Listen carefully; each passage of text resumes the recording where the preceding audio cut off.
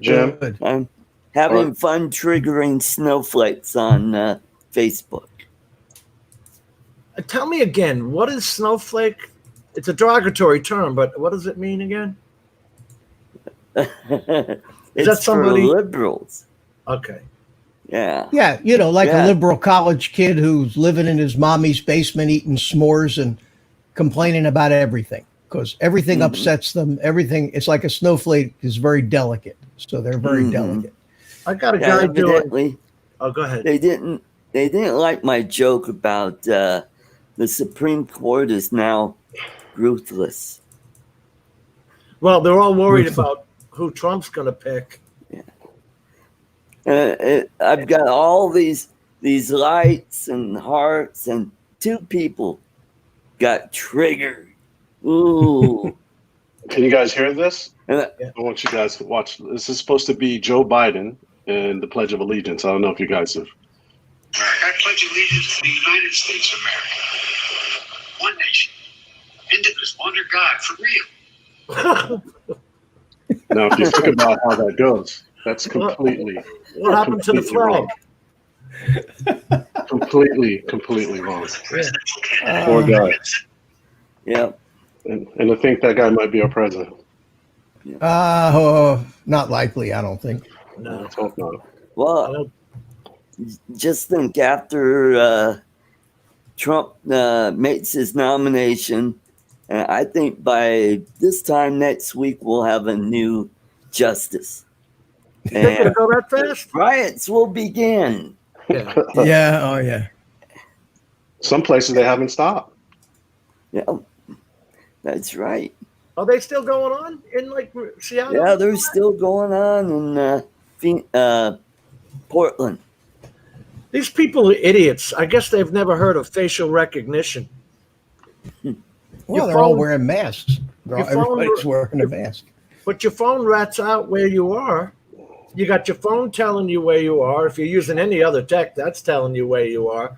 Then you got the facial recognition of the guys coming over with drones. You know the government's using them. Yep. Problem is in these liberal cities, they won't let the cops arrest them. The prosecutors won't prosecute them, and if they do put them in jail, the politicians have a huge fund to pay their bail and let them out again. So no wonder they don't care. They don't fear anything. Ron turned me on to that one video. It's called Seattle is Dying. And that's exactly what the cops talk about, Mitch. They're not allowed to arrest them. Yeah. That video is pretty sad. Yeah. Well, they just released a new one called Denver in Decay. Oh, really? Great. Yeah. All right, let's get on to happy news about drones. Florida is blooming. Well, it's not so happy news, but it is news. I did pick up the Davinci Resolve Studio 16. Did you resolve it? Did you buy that? Yeah. I bought the dongle. I bought the dongle because I want to be able to upgrade the computer. Oh, I thought you wanted to impress girls with your dongle.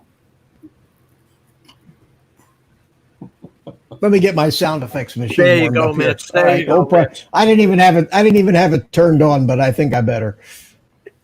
Doesn't he have a sound effects board? They both do. Art does too. Yeah.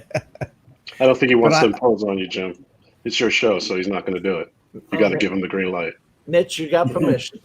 A permission? Okay. It's booting up as we speak. Oh, there you go. Careful, Art. It's booting up as we speak. So my buddy, who has been taking his time and who I begged not to make it too short, finally came out with his Alaskan video. Have you guys all seen Ron's Alaskan video? Great video. No, Yeah, we saw it last night. You haven't seen it yet? It's amazing shots. The whale shots. I mean, all your shots in there are just like only shots I wish I can get. And, you know, if you make a 3-minute video, you're lucky if somebody watches a minute of it. I know. It was a little over 5. You got a full watch from me, Ron. It was perfect. Oh, man, I watched it a couple of times. Yeah. I wanted to make sure this TV, for some reason, will shut off the UHD color.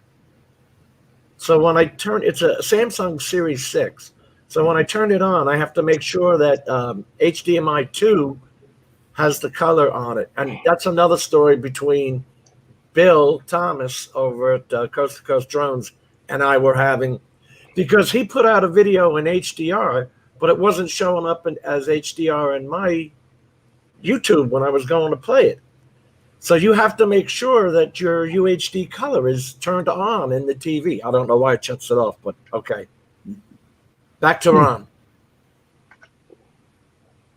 The thing I try to do with that too is I try to entice, to make you want to watch more. Like I put like one, I started out with, within, I don't know, about 15 seconds, 20 seconds, where I had the bears.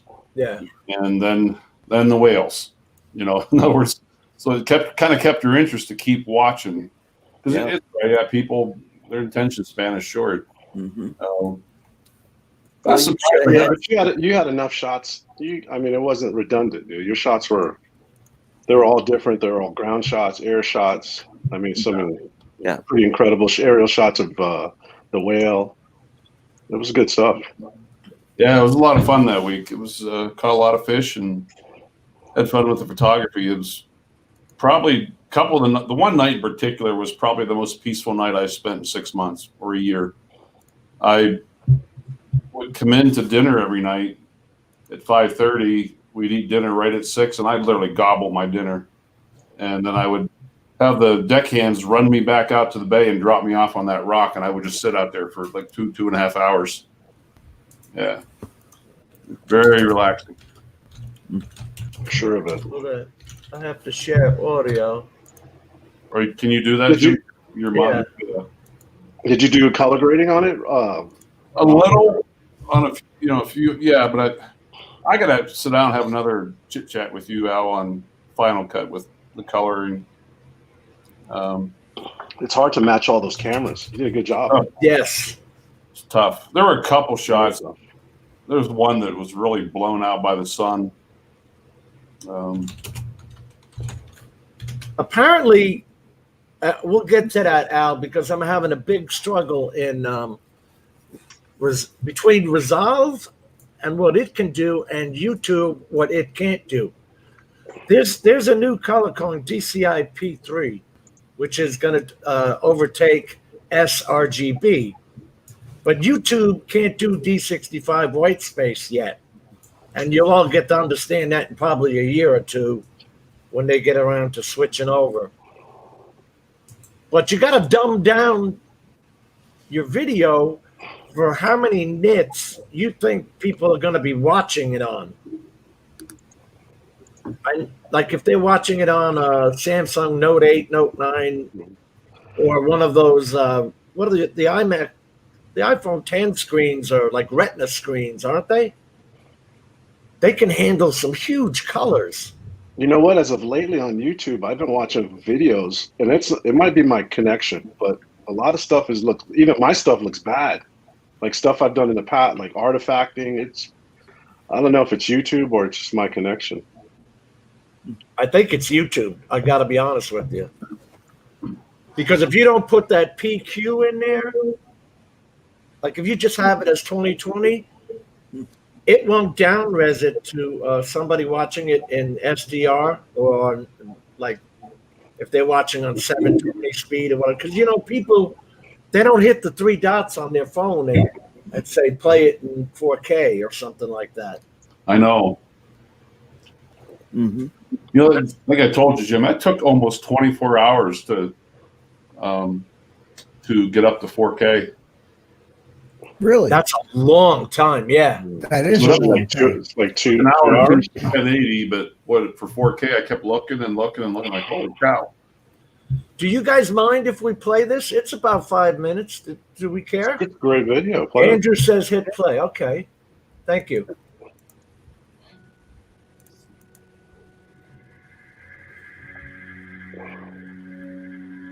It was, from up St. Helens there, the good half. I'm gonna play it in 2160. I don't know if that'll help with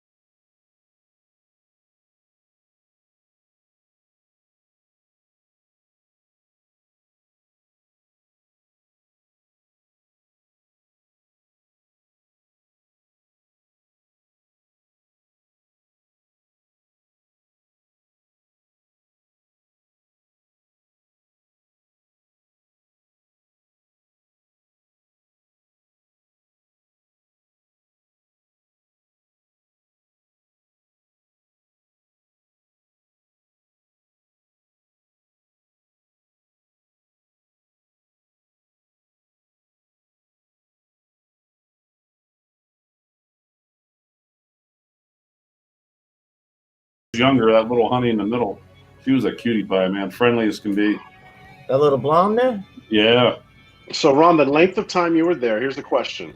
Okay. Did you film every day you went out? Or did you just leave one specific day to fly? No, I filmed every day. I got there on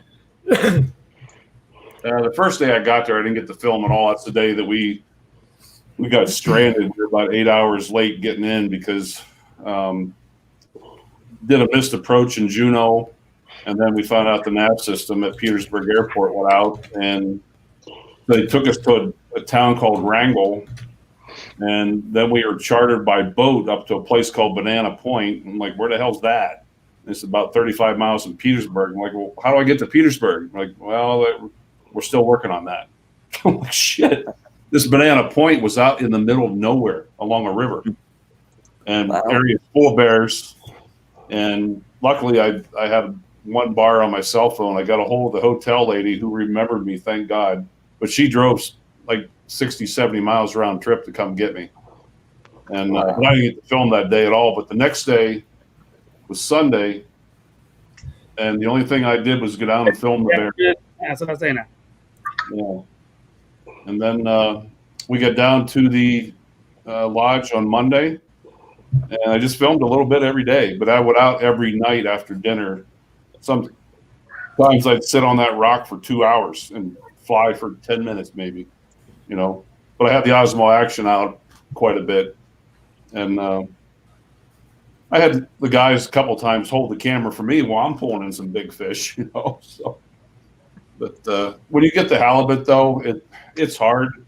Somebody's still got to stay in the wheel. Someone's got to get ready with the spear, and the other one's fishing. We had 3 guys in our boat. What was that orange fish? It's called what they call a red eye.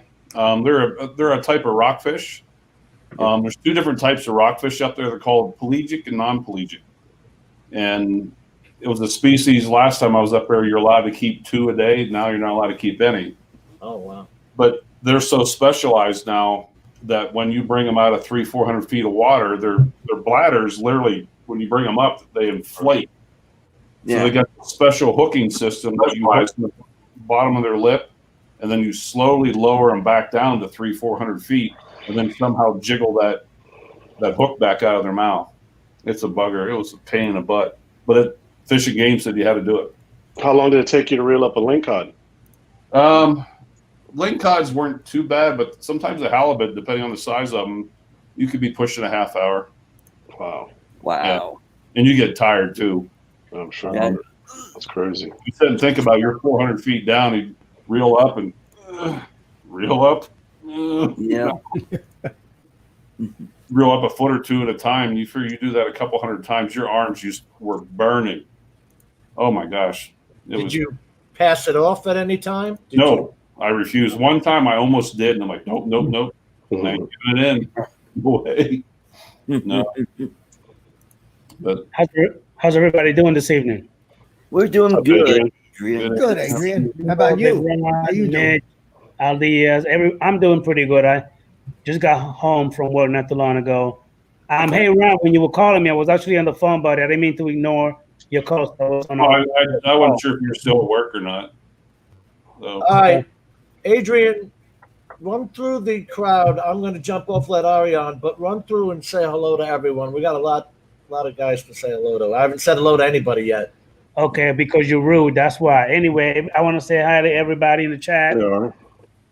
How you doing, Brent Ariel, Rick Harber, Ari, Remote Pilot, Mike Kinney, Agent K, Brian Mack. Anyway, I finally got the stuff from Rodney. Got the cup. Got the hat and the shirt. Holy mackerel. You have to change your name here pretty soon. Yeah. No, negative. No. I'm not going to take it that far. Good day, everybody. How are we all? Hey, Ari, how you doing? Yeah, not too bad for an old guy. Tell me. What's new in your neck of the woods? I missed that, Ron. Sorry. I said, what's new over in your neck of the woods? What's new? I spent money yesterday. I bought a new camera. Oh, which camera? Nothing that'll excite you, Ron, but something I've wanted for a while and just haven't been able to afford the new prices. I got a Insta 360 1X. Oh, neat. 1R. No, the 1X. I looked at the 1R. I know that the 1X has just been superseded by the 1R, but I prefer the form factor on the 1X, the little soap bar style. And I know that it's heavily favored by Dennis Nacho Rolling. He's the one who first put me onto them, and he's really hot with that 3D photography. The 1R got sort of the action cam form factor, and it's modular, and it's a damn sight more expensive. But the new one.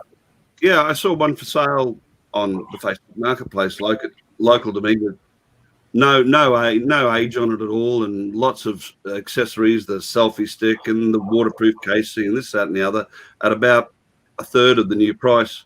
And I made the gentleman an offer, and he took it. So Super. Lucky me. I'm picking up a mount for the Mavic 2 later on today. So hopefully I'll have some 360 footage in the drone footage coming soon. Are you doing that for commercial work and using Matterport by any chance? Mostly for a start, it's just for fun, but it does certainly have some applications in commercial work, Ron. And, the thing that's obviously appealing is you can be flying a job. I don't do a lot of real estate jobs, that sort of thing. I'm mostly doing mapping and inspection. But when you are doing a job where it's about cinematography, as you know, you can have to fly 5 batteries all in the same spot for different angles. It will be nice to just strap the 360 onto the top of the aircraft, fly it once, and have every angle. Yeah. And does that come with its own software that you can do your editing? Yes. Yeah, and that is considered to be one of the strong points. If you go and look at the reviews, the 361X is 2 years old now, but it's still preferred by a lot of people over the later releases. And one of the big things is the software. It's very, very easy, an easy workflow to get what you want. There is a PC version of the app for it, but you're better off using your mobile device. It's so intuitive. One thing I can recommend, highly, highly, highly recommend to you, Ari, is be ever so careful with those lenses. Yes. They scratch very easy. Unfortunately, they stick out there too. They're just asking for it. Yeah. It's in the nature of the beast. If you want a 360 camera, it's going to have those big domed fisheye lenses that have to stick out past everything. One of the first things I did when I got home, this one is in beautiful condition. I bought it from a very educated gentleman from Bangladesh, who's a bit of a he's an aficionado. I think he teaches as well in the arts, and immediately took my YouTube channel details, so he might even be watching. Hi, Saeem. And he's looked after it like a baby. He's going into an 8K 360 camera. I'm not sure what model, and wow. I wasn't in a position to quite offer him what he was asking, and I just sent him a message, said, look, if you don't get what you're asking, keep me in mind. I can afford to pay this. And he just contacted me. I said, look, I'm happy to take that. I'd like to see it go to somebody who's going to use it. And, can you keep in contact and show me what you do? And that's when he found out I had a YouTube channel and took the details. So, yeah, I'm really happy. I have the 1R, Ari. Yep. I've been flying FPV with it. Yep. And the little module, 360 module. How heavy is it? It's actually, I weighed it, and I don't know I can go get a scale, but it's actually, for certain, it's lighter than my Osmo Action. Really? I wonder, how does it compare with the Hero 7, the GoPro, Probably about the same, you think? I don't have any GoPros. It's just that and the Osmo. I keep thinking about picking one of those up. I watch a video on it, and then I get all excited about it, and then I watch some other guy's video who just pans the hell out of it, and I go, oh, okay, I won't get it. Well, I put up a video with it, and it looks like there's a lot of artifacting. Like, I don't know, it just looks like I told you guys earlier, I think it's either my connection or YouTube. But it doesn't look that good.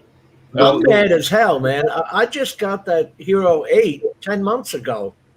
Then I had to buy the $80 media mod if I wanted to be able to plug in. And then the $20 protection glass. So that came out to $450, and 10 months later they came out with a Hero 9.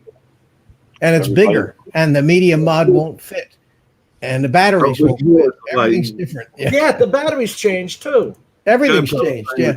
Hey, Sean. Hey, Sean. Sean, how you doing, buddy? Oh, all right. Just in between clients right now. I had about 10 minutes and saw your invite, so I thought I'd try to jump in since I never can. Did you get the Hero 9? I did. I just got the Hero 8 10 months ago. Is this thing better? I mean, obviously, it's definitely better than the 8, but is it a huge step over the 8? Probably not. Because I'm not still using the 7. Yeah. I use the 7 for everything, and it's great. I do my selfie sticks and my narrations, and out at the flying field, I put it on my head camera, and I don't see any reason to upgrade it. It's definitely better than the 7, but if you don't have a reason to upgrade it, then I wouldn't waste the money. Not for the stuff that I do. Yeah, I mean, it's just the big difference is it's got the front screen like an Osmo Action, but the front screen looks nicer than the Osmo Action. If you use it in 4K and 5K, then you still get a similar lag, just like you do on the Osmo Action. I guess they haven't figured out a way to not have that yet. What else? I just put up a video this morning, actually, about a side-by-side showing footage of it and the the GoPro Max, which is everyone thinks of as a 360 camera, but it's actually does both. It's a hero mode too, just like a regular camera. And you can really see the stabilization difference between the two. If you're not doing crazy action stuff, you don't need that super, super wide field of view, then probably go with the 9 if you need a new camera. If you really like that super wide field of view, then the Max just can't be beat. Sean, are you still getting the fisheye look with the GoPros? It depends on what mode you set it in. So if you do max view, super view, you get it to some degree. If you do wide, you don't get it that much. If you do linear or narrow, you don't get it at all. Okay. I don't know. I've been using on my Hero 7. I shoot all of my stuff at 2.7K in linear mode, and it does great. You can pop it up to 4K in the editor, and it looks sharp as hell. I don't use the super view because if you're shooting in 4K, you can't. No, not. Yeah, so right. It depends on what you're shooting in. You get different modes. I shoot everything in 1080. Very rarely do I shoot over 1080 because I frame my shots the way I want them. So I almost never need to actually crop in and readjust my shots. So I find 1080 with me. I get a faster editing time. I save 90% of my footage. So if I did everything in 4K, I'd have like 20 or 30 hard drives full of footage. Oh, yeah.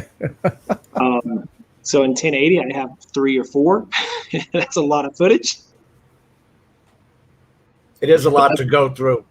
Yes, it is. And I'm at the point that I need to actually go through and organize it in a better way because now I'm like trying to find something and I have no clue where it is. I've got it on 3 different hard drives that are at least 4 terabytes. This one's 6 terabytes. I mean, when you start going through that, and I didn't label everything correctly.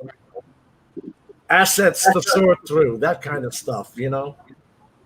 Yeah. Yeah. I'm at the point where I wish I had it.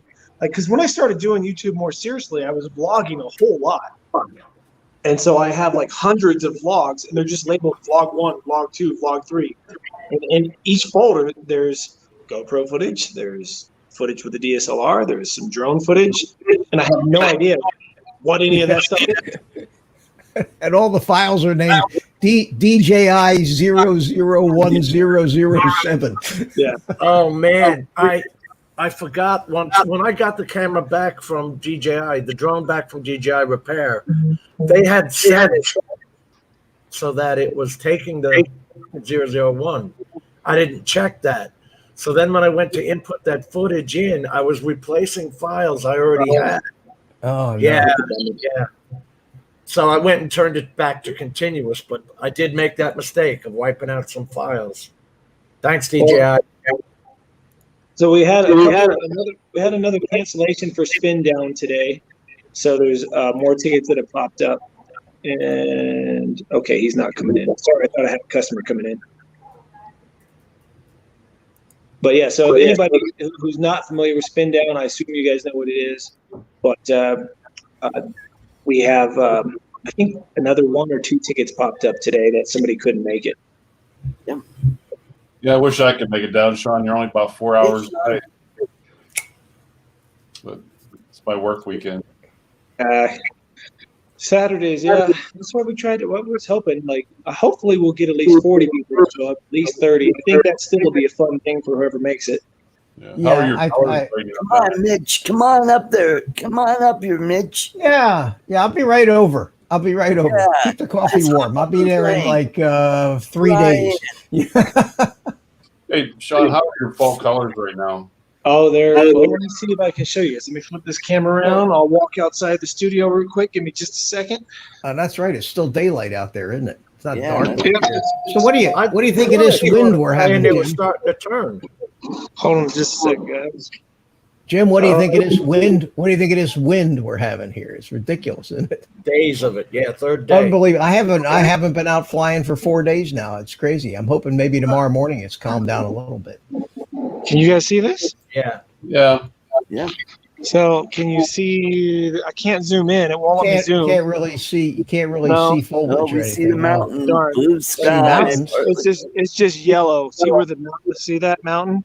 And that mountain, that right there is all yellow. Oh, yeah. It's tough to see.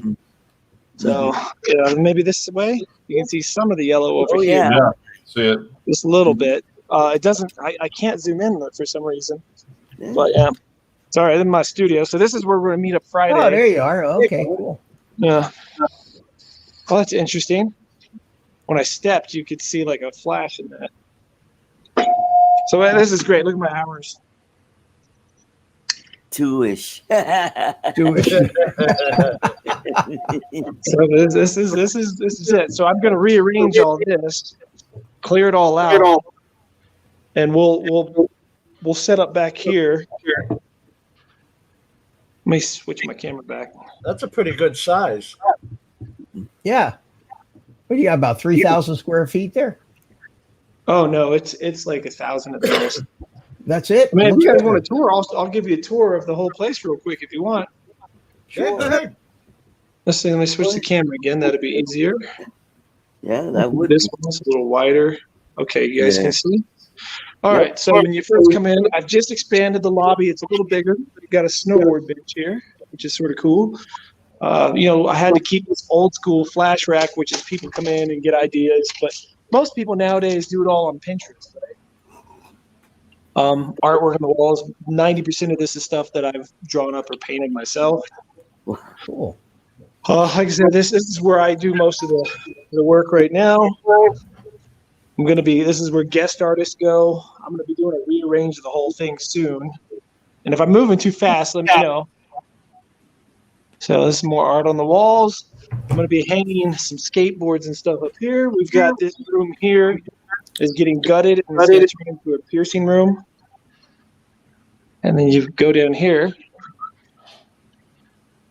And this is the room you guys might remember. This is where I used to do all my live stuff. Oh, cool. It's gutted, like all my stuff's gone. So this display cabinet's going to go out in the front. We got all the Rubik's Cube collection and stuff. Oh, wow. I haven't seen them for a while. Yeah.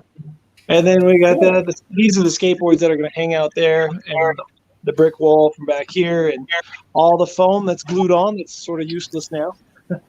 Yeah, that's the studio. Am I noticing a little Frank Frazetta influence there? A little what? Frank Frazetta? No clue. You don't?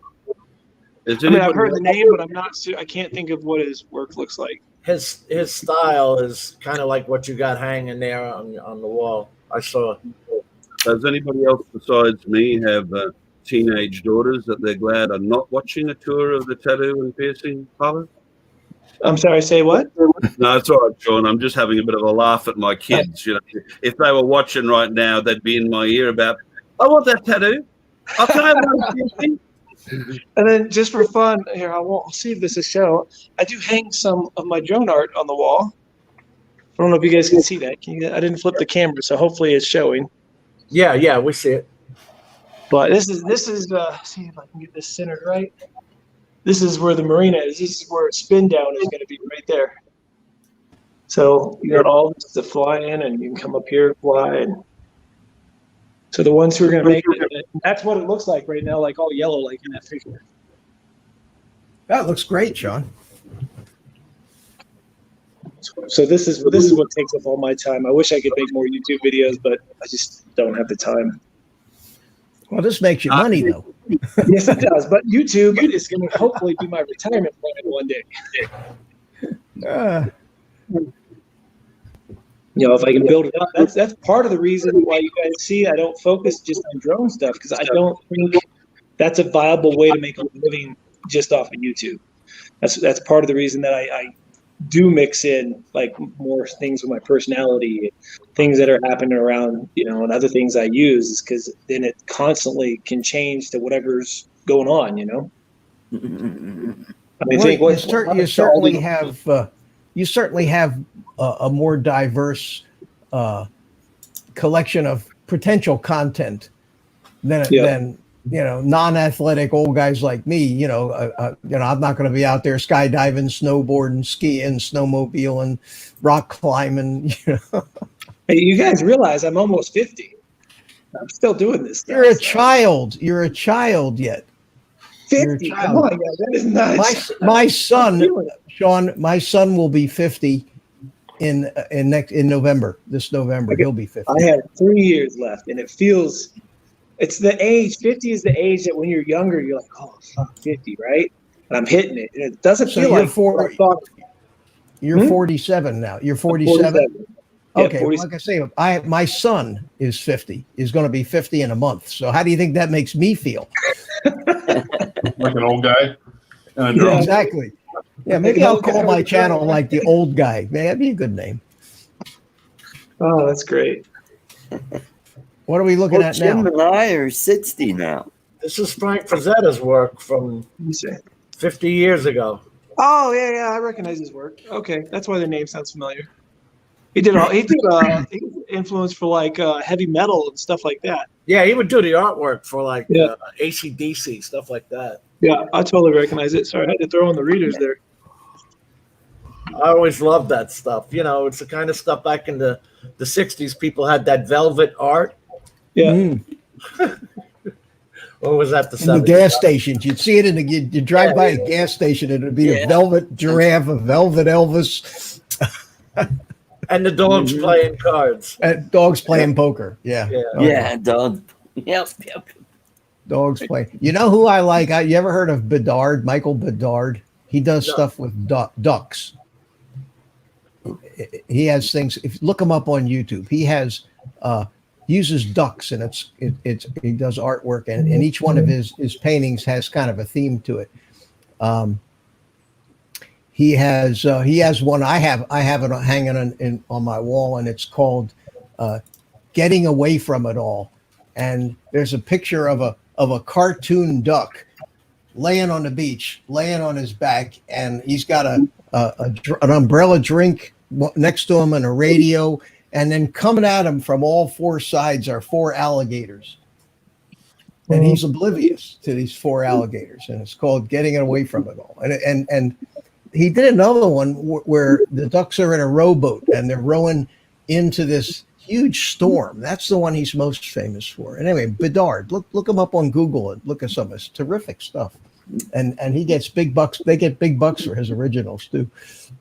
Hey, Sean, Rick wants to know, is that a brick wall or is that those panels? It's fake. Yeah, it's those fake panels. They look all right on camera though, don't they? Yeah. Sean, you're frozen. You're frozen. Sorry, guys. Just give me a sec. Can you hear me? Yeah. We can hear you. Yeah. I've got a couple of work texts I just got in. I had to respond to, so I'm sure to unfreeze as soon as I flip back to that screen. You know, Matt, I've been using the Skyreach, which are just a little cheaper, but they've been doing the job very well for ND filters. Yeah, I mean, you know, there's obviously different brands out there and all that. I've got a couple of different brands for the Pro. There is a big difference as a Sunny Life. I think my first were for the Mavic Pro. and then I went to the Polar Pro, which I got at a really good price. But I can see a bit of a difference between those two brands of filters too. So the Polar Pros are just, I think they're $100 for 6, right? yeah, they're expensive. Yeah. They are. Yeah. They are. They were like the right. first, weren't they?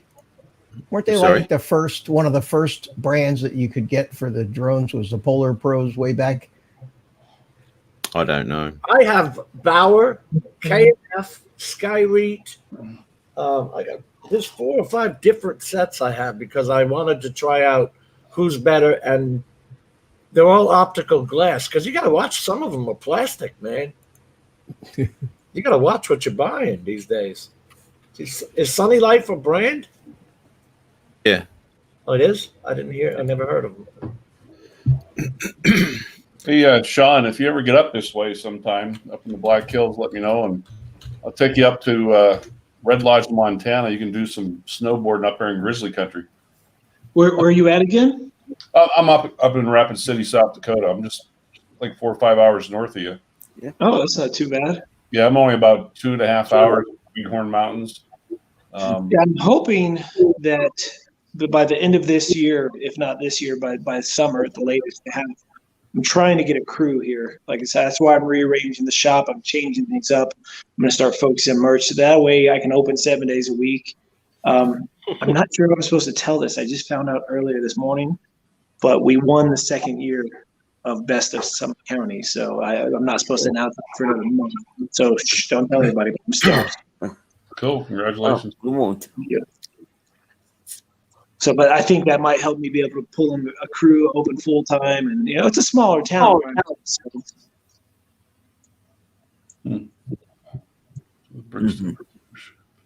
But with a crew, my point is that means I can leave. You got a little free time, yeah. Yeah.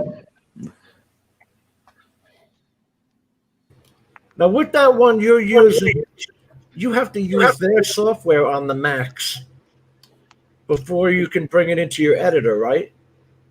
No, you have 2 modes on the Max. So you can turn it into a 360 camera.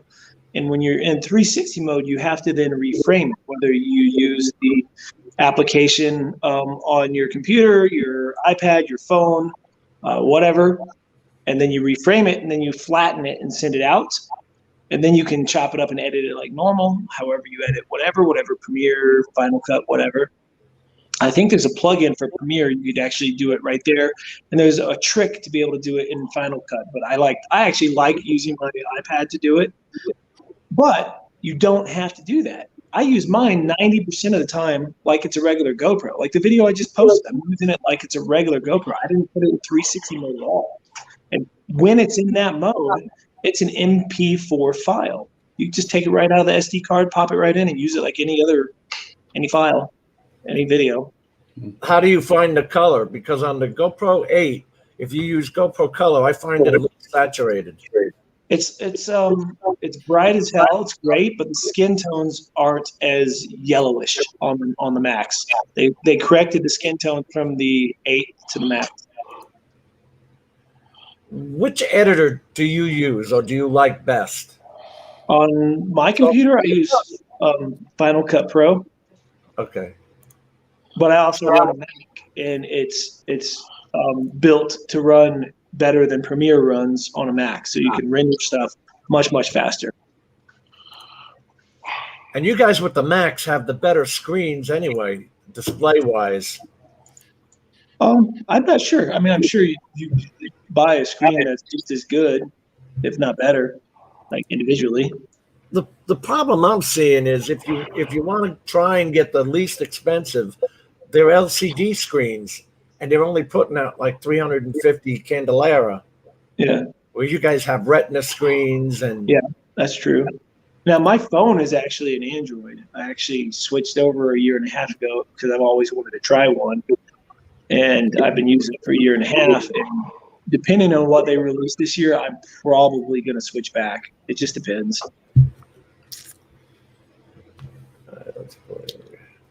It's actually really nice having people complain about the Macintosh or the Apple ecosystem, but they complain because Android doesn't have an ecosystem, It's just not flawless. It just doesn't flawlessly work with computers the way that an Apple phone works with an Apple computer, which works with an iPad and so forth, and a watch.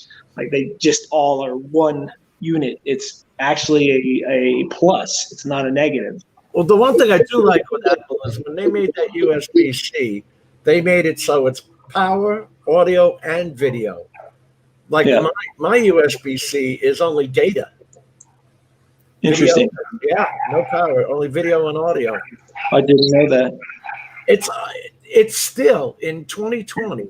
It's still up to the manufacturers what they put in their computers, whether it's DisplayPort 1.2 or 1.4. You could buy a damn DisplayPort right now, brand new computer with 1.2. You can't do HDR with DisplayPort 1.2. You need 1.4 to cover. My Android phone, I can put a USB-C in. It's the charger, but I can also transfer data to my computer using a USB-C cable to my laptop. I had a big problem with that when I was trying to get HDR color. Of course, I couldn't see it on my computer screen. It's only 1080. So I was buying all these display ports to put into this HDMI TV. I wound up using the HDMI port because all the ports on this Asus Rogue, blah, blah, blah, top of the line at the time computer are not good enough to output. Like it's 3.0, not 3.0 Gen 1 or Gen 2. It's DisplayPort. They don't tell you which one. After you go looking up, it's only 1.2. Yeah. You know what sort of sucks is this new GoPro 9 actually does work as a webcam. You can just plug it in and use it. However, you're using a USB-C cable to do it. I don't think it's HDMI out, which sort of sucks because I bought one of those Blackmagic Minis. If you guys are familiar with that, and you can have like four or five cameras hooked up to it at once, and you can just click a button and it switches the angles of the cameras just with the push of a tap of the button. However, it only has HDMI in. It doesn't have a USB-C for the cameras in. So I got to figure out some way to be able to make it usable with like GoPros. What is this thing? It's the Blackmagic Mini. Is that like a port? It's what I bought. It's a capture card basically that can capture multiple cameras at once. So I use my DSLR can go in because my DSLR has a HDMI mini out, and then I'll go into the back of that, and that's what I've been using for my web stream. Expensive item, Sean? I don't remember how much it was. I think it was like a couple $100. But my logic at the time was you could buy one capture card for like $150. Or I could buy this for a fraction more, and it could do basically 4 or 5 cameras. Although I didn't realize at the time they all had to be HDMI in. Oh, okay. Sounds good. That is the thing, especially with PCs. It might have the CPU you want and the GPU you want, but not have the ports you need. Yeah. Well, with the Mac, my 16-inch MacBook Pro, all it has is 4 USB-C slots in it. That's it. Nothing else. But they have those Thunderbolt ports, right, where you can hook. It's just USB-C. Yeah, Thunderbolt's been depreciated, Jim. It's all just USB-C. But it's like you said, the USB-C, any one of them can be a power, any one of them can be input, any one of them can be a webcam, any one of them can be anything. Now, I do have one adapter that I plug into USB-C, and I can do a micro HDMI card. I can do a regular SD card. I gotta go, guys. I was going to appointment. The quarter. Yeah. All right, give me just a minute. We'll get it ready. You guys have a good night. Thanks for jumping in, Sean. Bye. See you, mate. As I just put in there, Al, I'll just quickly say it. I've seen reports both ways. I've seen people say the mount doesn't affect the GPS. I've seen people say it does. I don't think it's the mount. I think it's the camera. And what people are doing is they're putting a little standoff to raise the camera up a few inches, and that seems to improve the GPS. Okay. The ones I've seen were the longer ones that extend out the bottom of the drone. But that's one of the actual reasons why I went for the one and the 1X. Hold up your 1R again. Like it's a big block, and that's the 1X. If you want to highlight that full screen, Jim, it's it's a lot. It's not that blocky form factor. It sits up there vertically. It won't block as much of the room on top of the drone. And that'll take the pressure of the wind too. Yeah, the mounts are pretty good. Although the model that Al's got, the 1R, as I said, it's modular, and they do make a version called the aerial version. It's specifically for drones, and one lens and camera goes on the top, and one goes on the bottom, and it's supposed to be really good, but it blocks all of your lower landing and obstacle sensors. Yeah, GPS also, that one messes up the GPS pretty bad, and it's like $600. Yeah. Even at CES, they only had it on top of the Mavic Pro, not the Mavic Pro 2. That's the one I'm getting today, Ron. Have you had any GPS issues with that? Mm-mm. No, I'm not using it. Al, if you're interested, you have a Mavic 2 Pro, correct? I do. Okay. Yeah, shoot me your address, dude. I'll send it to you. You're welcome to. Okay. It just clips right on the Mavic 2 Pro and has the quarter 20 thread on there. And I've heard that they're very secure, Ron, that they hold on really well and take the load very well. Yeah, I've been a little scared, Ari. I never really flew it very fast, but I didn't have any issues of it falling off. Did the bird feel different? The flight characteristics? Pardon me, Al? I'm sorry. Go ahead. I was going to say if the flight characteristic felt different when putting it. I could tell a camera was on there, and but I said I have the. I don't know if you guys remember the Rilo 360s. That was the first 360 I ever got, and I used that. The only thing I didn't like, I just noticed that you catch all the props and everything. You really got to do a lot of cropping. You catch everything, with a 360 camera on there, if that's what you're looking to use. But it's something you're going to use all the time, Ron. I mean, as you say, I expect it's going to affect the flight characteristics. But when somebody says to you, Ari, don't fly under that bridge, I'm going to want to fly under the bridge with a 360 camera on there so I can get it from every direction. Yeah. Yeah, but like I said, Ari, I never had a problem with it falling off. So nothing like capturing your crash in 360, Ari. But we're going back there, Matt. You're taking the fishing line. Yeah, right. I'll hold on to your ankles and lower you over the bridge, and you make sure you get sorry, Ron. Will that be a G-log? However you want it, man. When you're holding on to his ankles, you get footage. So changing subject slightly, Matt, is there any truth to the rumor that you've been challenged by a certain member of the drone community? Yes, mate. Yes, it's been thrown out there. The gauntlet. Would you like to tell us about that? Yeah, what's up? Sorry, Al. Couldn't resist. Al Diaz. Al threw you under the bus? No, I didn't throw anybody under the bus. Not at all. He didn't. But a very interesting thing to do. That's for sure. What are we talking about?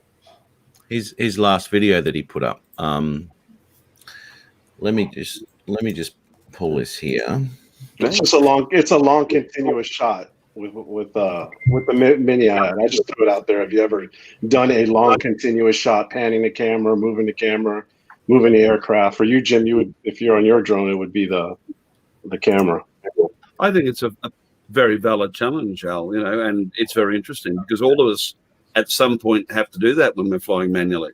You know, change your pans, change your angles, zoom, tilt, all at the one time. And especially when you've got big hands and a little controller, it's very challenging. But this got me here. This got me here because I was watching the video, and then I was reading the description.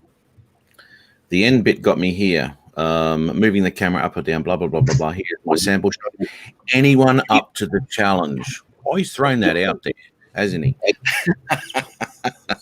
So I did, and I answered him, and blah blah blah. And then he says, "Show me what you got." And I thought, "Oh, here we go." This is on Al's last video. Anyone who hasn't guessed, like two Matt, maybe a little. I missed all of that. Both you. Yeah, Matt may be a little competitive to anyone who hasn't guessed. Competitive is good. You played sports? You must have played sports, Matt, huh? Yeah, absolutely. Okay. Yeah. I got to see which video you're talking about now. It's called Davinci. DJI Mavic Mini. I can't get out. Hey, Dan. One long continuous shot, District 2. All right, let me put You it. can see though where they're going to put all our homeless in staging areas like that around the city. Oh Right my off the freeway. God, that's insane now. Okay, stop. Dan, you look good. Al, Ari, Jim, we do. Good, man. How are you? Share screen here. You guys look good. You look good. You look All right. comfortable. We're bringing up Al's video with the one continuous shot of the Mavic Mini. Let's put that theater view. Play. Those are the FEMA trailers. Those are emergency housing for the homeless that are. How do I get one? Live out in the streets, I suppose. Well, you have to share it with 27 other people, Jim. You ain't gonna like that. Jeez. Two It's like is one too many. halfway. How many are they going to make put out? Did they say? Right now, they're building two of them. One's off this freeway, another one's off of an actual street. But it's on the outskirts of the city. But this is supposed to last for 15 years. They'll be housing people in these trailers for 15 years, man. Now, let me tell you something. After the 2004, we had 3 hurricanes back to back. FEMA actually bought all these RV trailers, hundreds of them for all the displaced people, and you were allowed to live in them. When they were done with them, they all sat out at an airport field stacked.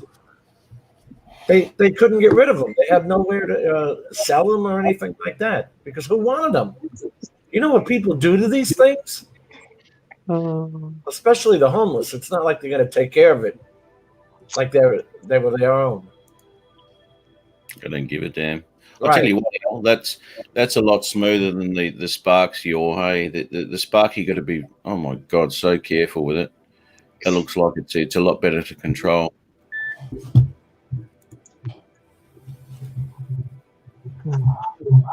Well, at least it looks like an. I'm forcing myself to pinch the controller, be a pincher when I'm doing stuff like this. You do? Oh, you do? Okay, yeah. To keep it slow. No pinching, Dan? No, you're not a pincher. I'm not a Summer? pincher. No, I'm not a pincher either. But I'm forcing myself when I do stuff like this. I adjust the sensitivity so I don't have to worry about pinching. I feel horrible. I can't. It feels so uncomfortable when it I does. pinch. It's super awkward.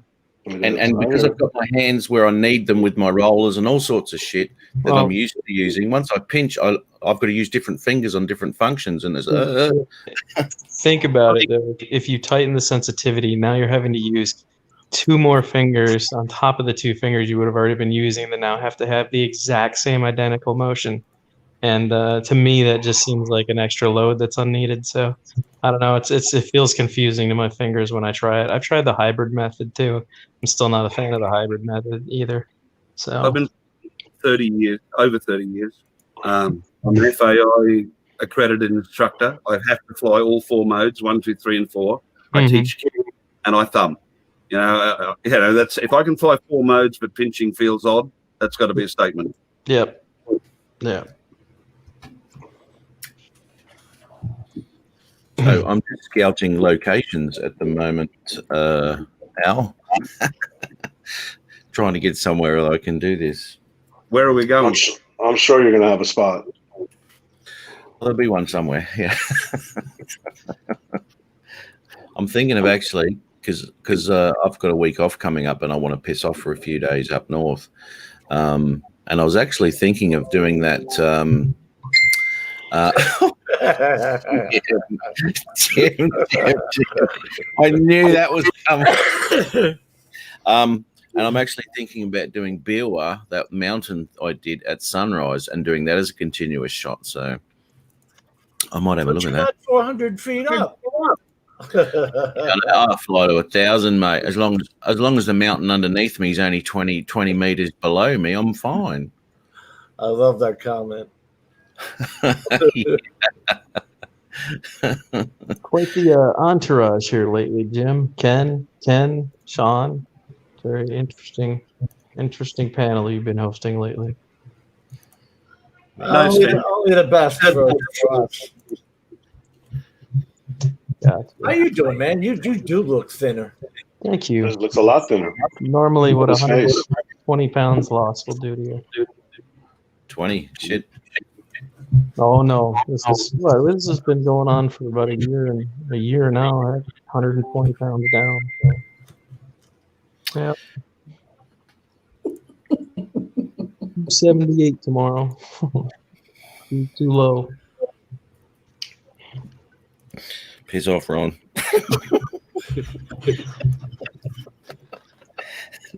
There's a better one coming. I bet there is. Pinching is a lot more precise.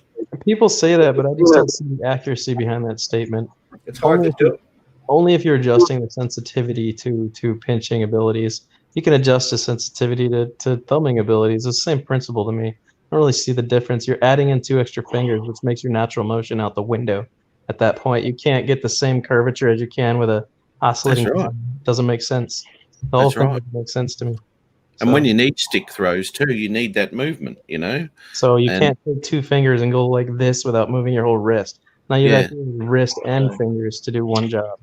I consume it a lot, but I think some of those shots where you need to do it super smooth, I think you probably could do it a lot better if you pinch it. I'm a thumber, dude. I play video games growing up a lot, so be more precise under certain circumstances.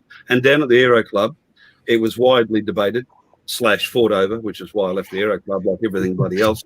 But they insisted that all new kids, new kids had to be taught to pinch. And I was fair enough with that. I can pinch, I'm just not as good at it. But my take on it is, there might be a very slight precision advantage with pinching, but if you've been thumbing, it's not that much that it's worth going through the effort to convert over. So if I was teaching somebody new from scratch, I'd teach them to pinch. But if they came in and they were already thumbing, I'd let them keep thumbing.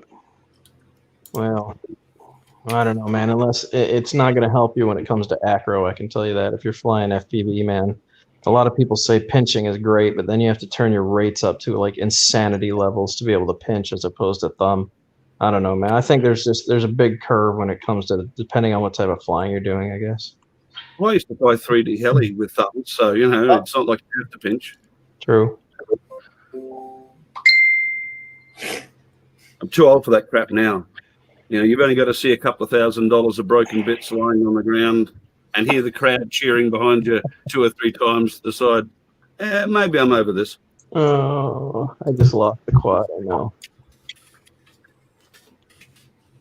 So, Matt, totally lost, brother. Totally lost. on this Davinci. I just got down to adding the Fairlight music, and this is just the media page. Just give me a second, Jim.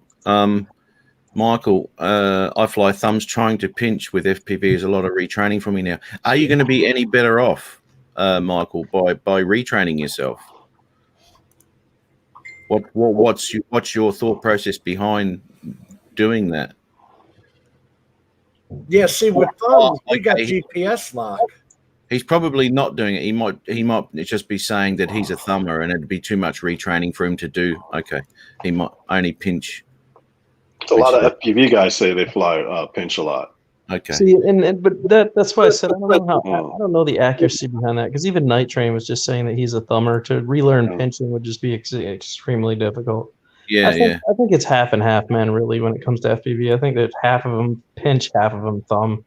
You know, and I do know some really good pilots that are thumbers, man, that would blow your mind. You'd think they were pinchers just because of how people talk up pinching, you know, but they're not. They're just thumbers, and they've learned the sticks that well. They've got their quad honed to exactly what their thumbs need to do, and they just do it. So I don't know. Only pinch when she doesn't behave.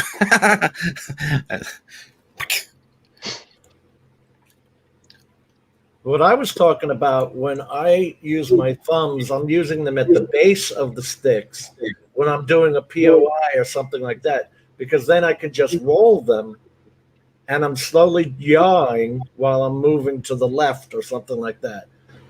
Not on top. Using the thumbs. I can't do that. That's too hard. I think the M210 controller is pretty big too. Low. I mean, you don't have to get such tall sticks. You can lower your sticks. No. Well, tall sticks will actually give you a smoother yaw and what have you. I've got that came with the drone. I've got those Polar Pro sticks that you put into the Mavic 2 Pro, and you can adjust them right up, man. You know, to the point where you can just back grab like skis. They're huge. Hey, Bill. Just put the drone on, put the controller on the ground, and yeah. So it's let me see. Check these out. These are for thumbers. Holy shit! Yeah, see, that's awesome. Those are wide. I never tried them on my my Mavic drones. I don't know if they can fit. They screw off. I like them. They're pretty cool. Jim, can I share the screen here, Jim? Yeah, go ahead. I get it going. You can sharing the screen and something up. Oh, just playing some video. Okay, I see it. Tell me that I need to change from thumbing to pinching. This is a manual sequence. Often as not, I'll do something like this with Litchi, but this was sort of a spur of the moment because they closed down the station for 10 minutes. So what are you doing here? You're holding a solid roll to your left, and you're adding in a slight amount of yaw as we go. Yes. Now I'll do an orbit around the historic butter factory, and then fly out in reverse. There you go. There's a one long continuous shot right there. And I'm changing the pitch of the gimbal. Yeah. Okay. That's actually a really smooth shot, man. Good job. Don't forget, you can also always do this in course lock. You can set the course lock for one direction, like say go east, and while you're doing that, just yaw the drone. Now this is what I want to. This is what I want to see how you execute the pullout from this.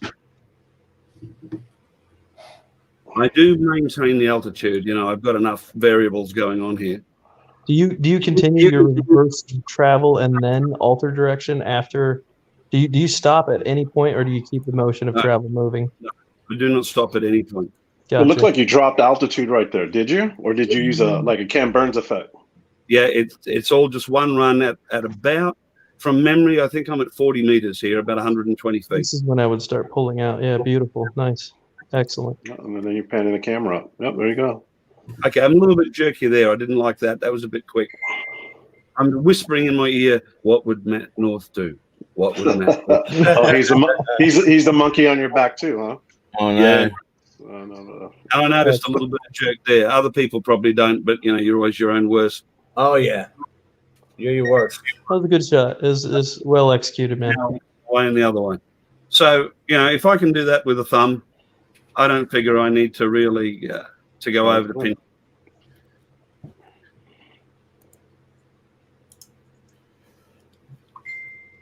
Hybrid pinching is a crutch for those who can't operate under normal circumstances. Okay. Well, I found something the other day that I don't know how true it's going to be, and we've talked about this, that if the FAA classifies or starts to classify our drones, we're screwed because none of our drones are certified for flight. Yes, and aircraft have a notoriously poor record in any country about being certified after the fact. Right. They're not just going to blanket certify a series of drones. Say, okay, the Mavic 2 Pro is hereby allowed in the United States airspace. I don't know what the hell's going to happen. They're so trying to make a mess of this system that isn't broken. They're fighting over airspace. It's stupid. Are you guys sharing horse humping pictures? Yes. Fucking Ron. That's what I figured. Oh, Jesus. I'm going to stop doing that. I swear to God. Oh, that's funny. Horse, yeah, actually, we would have sent it to you, Al, but you haven't got Messenger, mate. No, I don't do Facebook. Well, no one sends me anything. Which is probably good for my old heart, Yeah. Yeah. Oh, man. Davinci closed on me. So did you tell Matt that you bought Davinci, Jim? Huh? Did you tell Matt you bought Davinci? Yes. Yeah, we've been Coach him up, Matt. Coach him up. Convinced me, Matt. The other day, Matt says to me, if you were using Davinci, I could help you with the settings because I was cursing at Premiere Pro, and he had me that close. And then when I picked up the Insta360 yesterday, the guy says to me, "Oh, there's a plug-in for Premiere Pro that you can import the footage straight in, but not for Davinci." Sorry, Matt. Oh. What was that now? There is a plug-in so that I can import the 360 camera footage directly into Premiere Pro, but there's no plug-in for Davinci, unfortunately. Okay, well, I guess if there's one good thing about Pro, then use it, yeah. Yeah, that's it. Oh, Robert found his drone from 2 days ago. That was about 2 days ago, wasn't it? Good for That was him. longer than that. That was like a week ago, wasn't it? Yeah, it was during the stream. He was telling us about it. What kind of condition is it in, Robert? We'll wait for him to reply. Jim, I got a question for you. Has it been nearly as windy over there as it been over here? Oh, yeah. It's been 35 miles an hour. Steady. Every day. Insane. Can't fly anything. It's crazy. Not bad, huh? Yeah, it's rough right now. I don't know what's going on with Florida. It's getting peppered daily by the wind. Don't you have that tropical storm blowing up them? Yeah, but it's so far past the point. It shouldn't be messing with us. This is right now, 27-mile-an-hour winds. Yeah, it's Steady crazy. 18. During the day, it's ridiculous. It's just tops of the trees are just hammered. It's like, really? Whoa. Hey, can I just bring something up that came up during the week on the DJI forum here on Facebook, right? Yeah. Sorry, will you finish what you were saying, Dan? Oh, that's right. Doesn't matter. He's not listening. DJI, what? Okay, go ahead. This chick crashed her Mavic Pro, right? And she goes, suggestions. What do I do? Blah, blah, blah. Anyway, now, this is a suggestion that this chick got from this bloke here, right? Submerge it in demineralized water ASAP without the battery. Give it a good soak. Listen to this. Give it a good soak and shake out the contaminants. Right? What the hell? Spin motors, unfold, refold, all submerged. Oh, my God. To make sure the water's in every part. Yeah. Then take the water out of it and bury it in a bucket of rice. Oh, my God.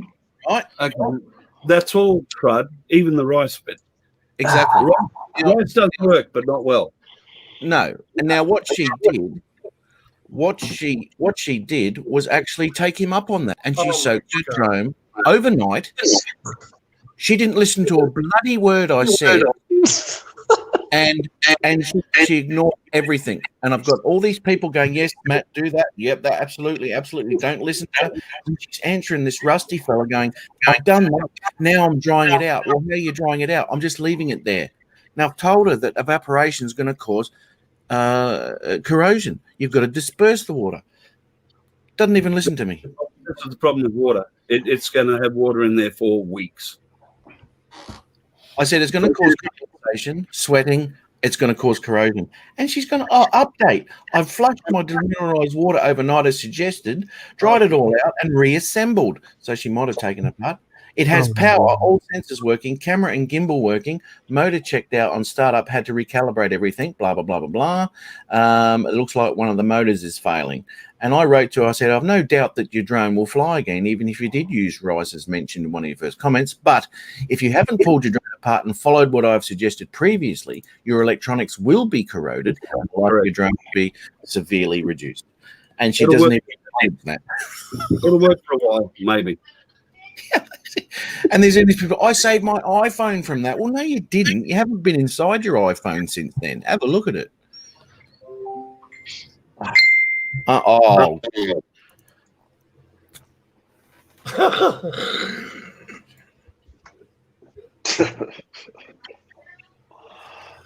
Ron, you're a cruel man.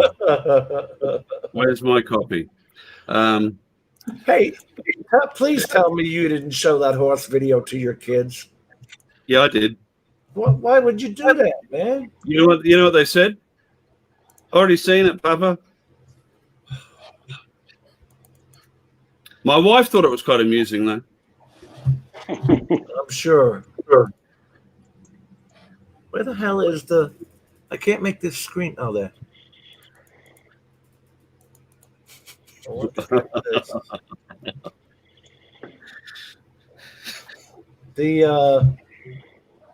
Where is it? Here. Now, the reason I would do something like that, Jim, is my kids send me stuff that traumatizes me. You know, so anything I can send them is only going to be mild. Oh, can I just quickly say that I'm just reading this now. This bloke who told her to dink it in water and all that sort of shit, after her saying, "Oh, it's all working and all that," he wrote back, "Good results. Hopefully the crud is out of you and you won't get any. Listen to this. Won't get any lasting corrosion. You know the stuff that type of corrosion that disappears. You know, I know that. Yeah. This guy's a knob, and she's listening to everything he's saying. I don't know. I live in saltwater central, so when we take a dip with our drone, you may as well just throw it in the trash can. Right. This is why I have a job, Matt. Stupid people. Exactly. Dead right. Right. You guys all know that the Mavic Air 2 is now compatible with the smart controller? Yeah, there's about 50 videos on it. Is there? I didn't know. There was a ton of them. Tim Jackson was a little upset yet because the update hasn't been pushed out here in Australia as of yet, or at least it wasn't offered up to him. Oh my God! What happened, Rob? This is Rob's. It's going to pull it apart and have a look at it. Had dirt on it and also rained on it. Oh, it did rain on it. Okay. Heavy rain? Hopefully it wasn't too bad. Well, just remember, isopropyl alcohol is your friend. For anybody in the chat wondering, yeah, in an early life, I was a telecommunications technician. I keep 1 litre bottle of isopropyl alcohol here. Anything that goes for a swim, just pour the isopropyl alcohol into it until it runs out of every hole in streams. It takes away the contaminants, and it is non-conductive, and it's extremely volatile. So once you've done that, you put it in a warm place, it'll evaporate away and take all the little droplets of water with it. You cannot save it, but it's the best chance you've got. There's a few different types of that too, and you've got to be careful which one you get. You want to get the most pure you can. I'm talking about rubbing alcohol like isocol. However, if you're out in the middle of the sticks and you can't get to an electronic store, but you can get rubbing alcohol. It's better than nothing. I had Well, used it on. That's right. I'm just saying, if you want to go out and buy some, to get one that's the highest quantity of the alcohol instead of the water, because you don't want to be introducing more water to it. So you get the highest concentrate of the alcohol.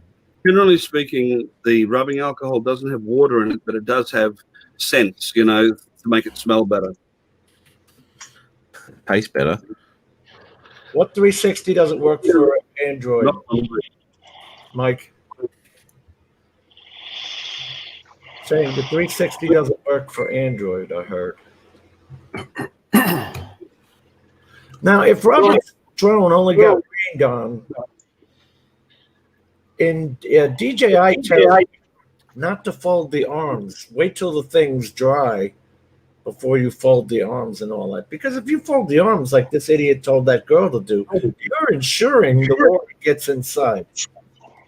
If my drone had been rained on, unless it had been utterly torrential, bucketing down rain, I'm not sure that I would strip it down. I definitely wouldn't turn it on. I would take that battery out. Obviously, done that. I mean, yeah, he would have. Nitrate says putting in the fridge is better than rice. Is that true? Yeah.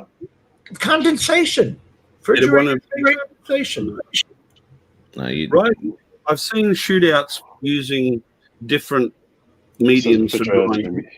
Rice is better than just leaving it in the atmosphere, but only by about 7 or 8%. There are some specialist compounds you can get that work very well, but for the average guy, you know, let's assume your drone's gone down in water, you've got nothing to lose. So you flush it out straight away with isopropyl alcohol, and then wrap it in 2 or 3 layers of stockings and submerge it in kitty litter. The stockings are to keep the dust out of your equipment, but if you've got nothing to lose, kitty litter is about the best desiccant that's available to the average man. Well, you know what? I didn't do that with my Pro. I put the alcohol in and I just left it all open and put a fan on it just to get rid of the alcohol, basically. And any of the water that had dispersed into the corners and all that weren't on the electronics, and that evaporated naturally with the fan. So I didn't worry about any of those absorbent. Most of your water goes with the alcohol. And that's why, you know, I say you pour it in there until it runs out. Don't be frightened. I know it's counterintuitive to see liquid running out of your drone, but it's the best hope you've got. Yeah, that's right. That's right. Oh my God! Hey guys, I've got to nick off. I've got to get ready for work. Take care, Matt. Take care, Matt. I think I'm gonna follow suit with Matt. I took melatonin, so I think I'm ready to. My daughter takes that in. Have a nice sleep. You will. All right, take care, everyone. See you later. I'll get at you for Davinci. Who else is Barry? What are you using for editing? I'm using Premiere Pro now. And Al is using Final Cut Pro. Ron, you're using a Mac to edit, right? Final Cut and then LumaFusion on the iPad. For anybody who is not a big video editor but wants to do something with their drone footage and put it in on YouTube, and you're happy enough with 1080, which is good enough for YouTube, I used to use a package available from the Microsoft Store with Windows 10 called HD Movie Maker Pro. It's about a $20 purchase, and it is so simple. And it allows you to cut, paste, transitions, text, voiceover, and doesn't do a bad job. Has anybody had issues with that OS 14 update? Yes, one issue. I've only taken it on my Pro, Jim, and what's happening is the screen brightness is resetting itself to full brightness randomly. But that's the only issue I've noticed so far. Are you talking about the smart controller? No. iOS 14.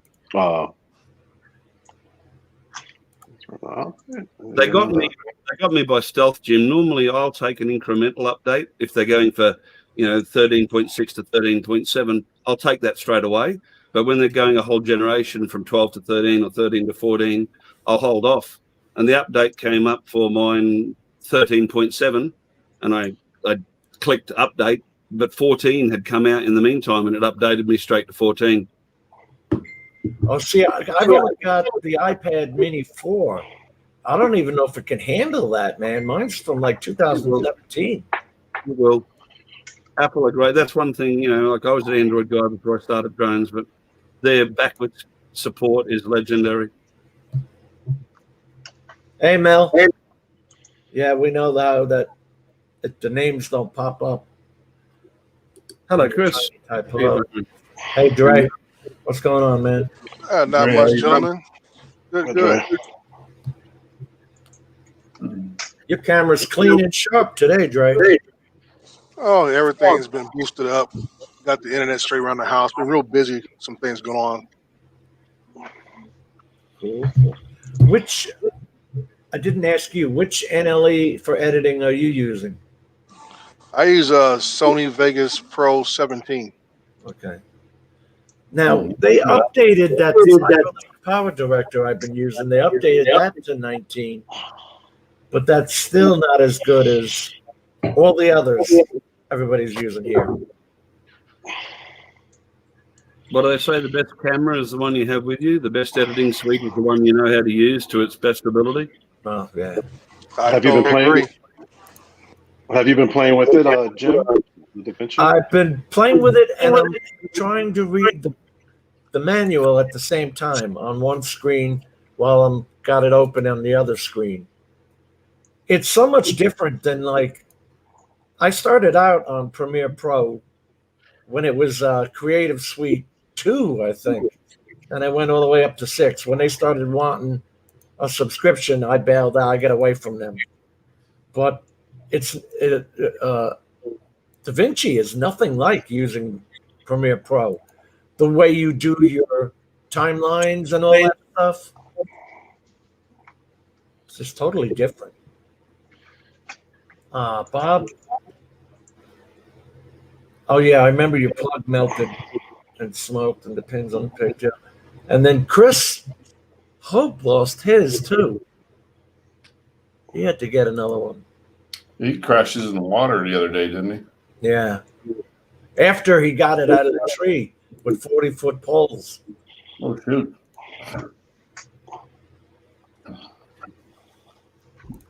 Now, are you limited with the Sony Vegas? Can you do color correction in that?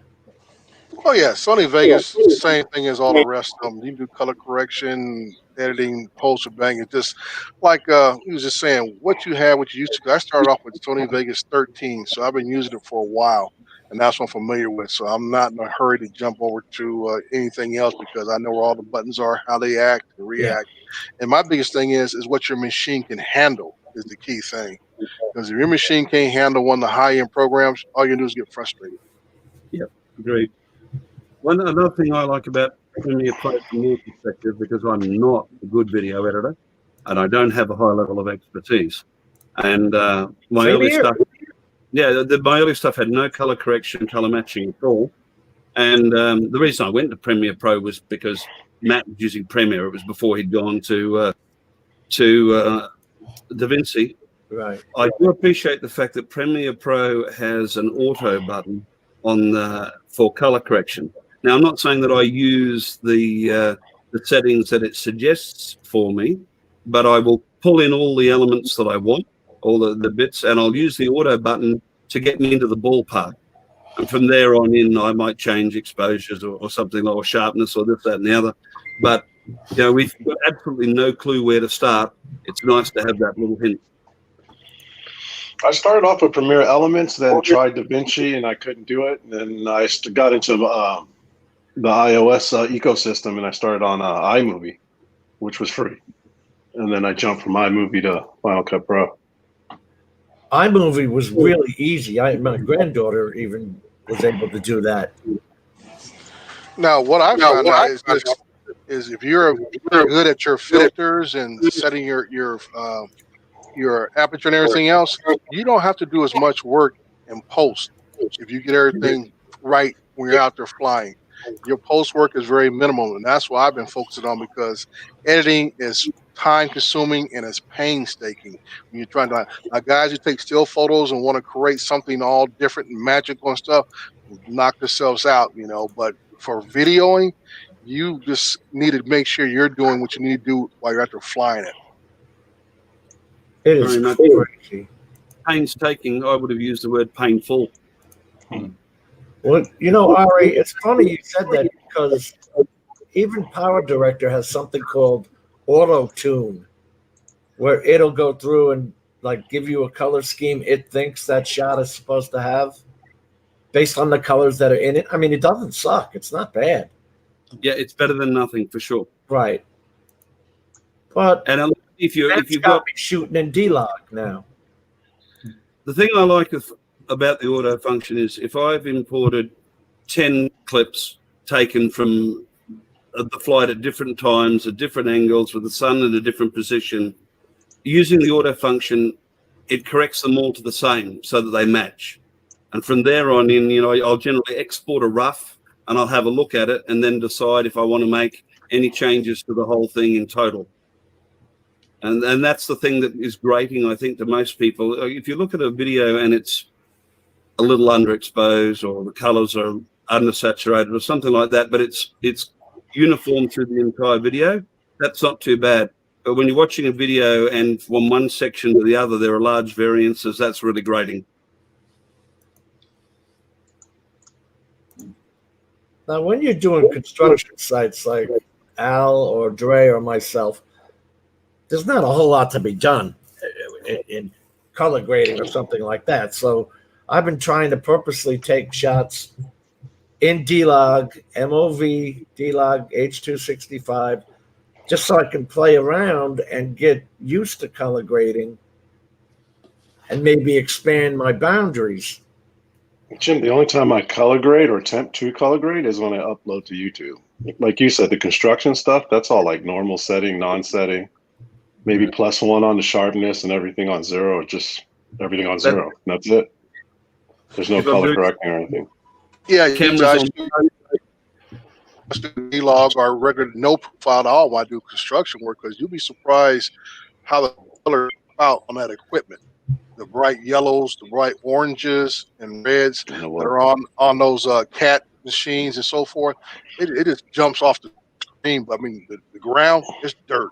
The dirt is dirt, and that's all you're going to see. But the equipment is what pops out. And what I try to capture is the colors of the equipment that are out there doing a job. Where I have a problem is when it's, let's say, midday, and that sun is really beating off the concrete. Holy cow, can that blow out a shot? Yeah. And if I'm doing my mapping, or an ortho, I try and do it at midday so I don't get shadows. Right. And generally speaking, I've played around with a million settings. What I will do is I'll set EV to -7, turn camera to auto, and turn on exposure lock. Because if the sun's directly above and I'm photographing directly down, I want uniformity more than anything else. And as long as it's not overexposed, I'm okay. That's what hard to do with pano. When you're taking pano pictures at certain cardinal positions of the structure, and you got to set the exposure to the structure and not the sky. And I mean, it took me a while because the client would say, I don't care what the sky looks like. I want to see what the build looks like. So it took a while to kind of figure that out and actually be able to execute it the right way. And you have got to lock that. I mean, even I forget sometimes. And if even one cloud comes over, it ruins your whole damn shot when it changes. Yeah. I mean, Ron, you know this. You've been jerking with photography for 20 years, right? Yeah. It only takes a split second.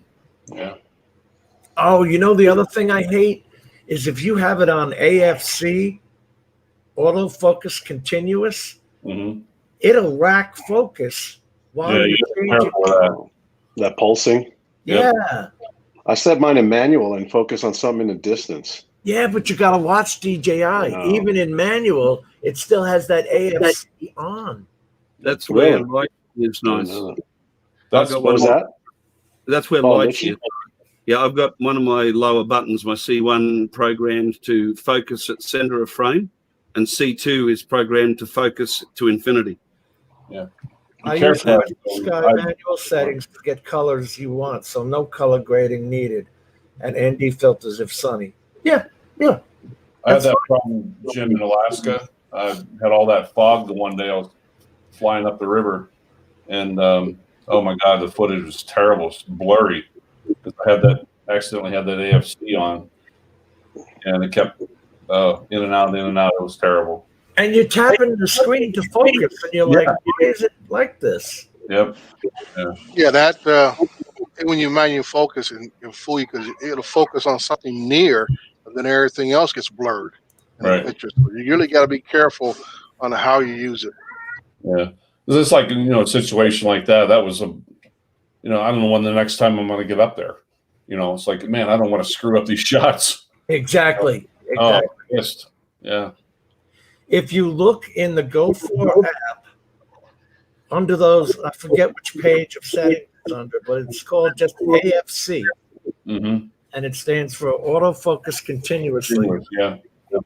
Now shut it off, guys. Didn't it used to be on the top bar of the app, Jim, next to AE? That's got AF. Yeah, AFC is on manual focus. It's autofocus manual. But even with manual focus, the autofocus continuously is still on in there. So I find about probably 70% with Litchi now.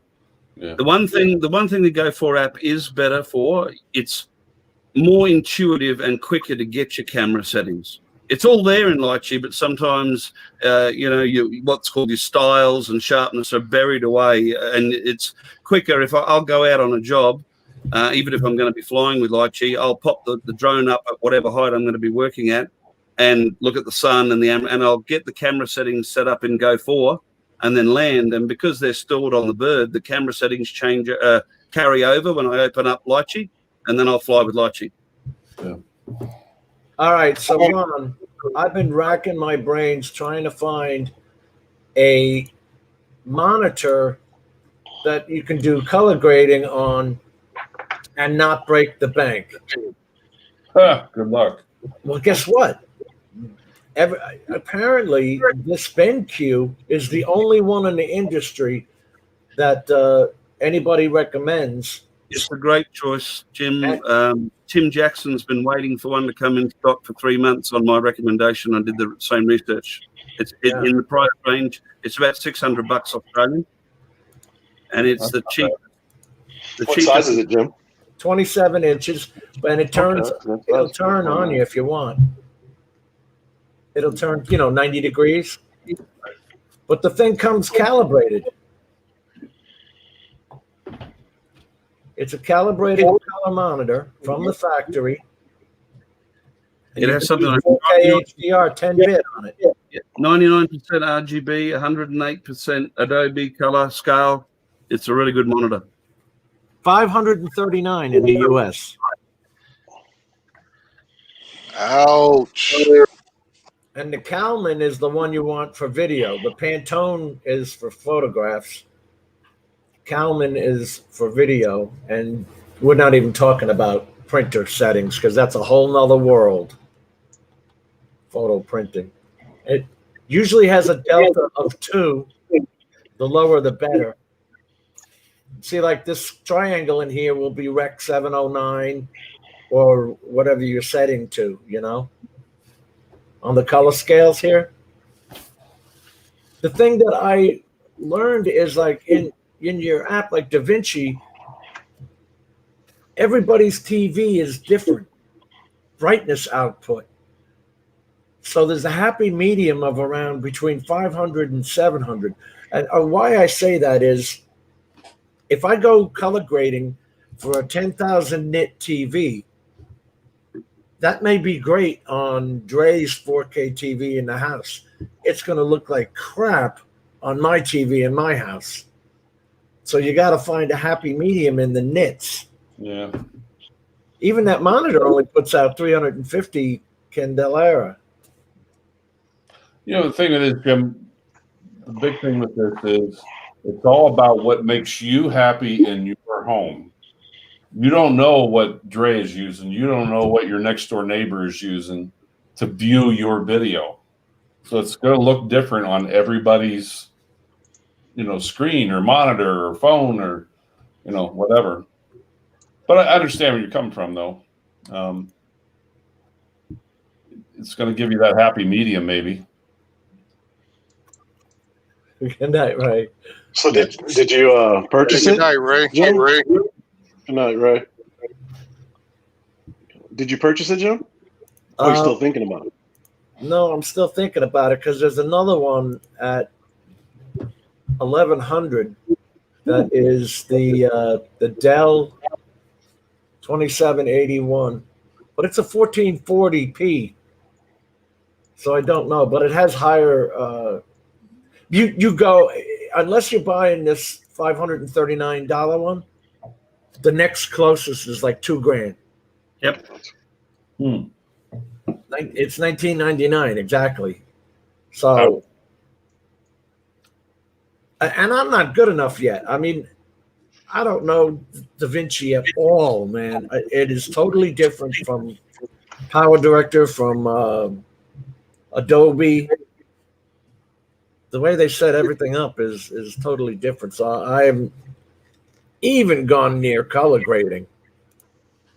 Yeah, color grading on that, you got to do the nodes and all that stuff, and it's pretty complex stuff.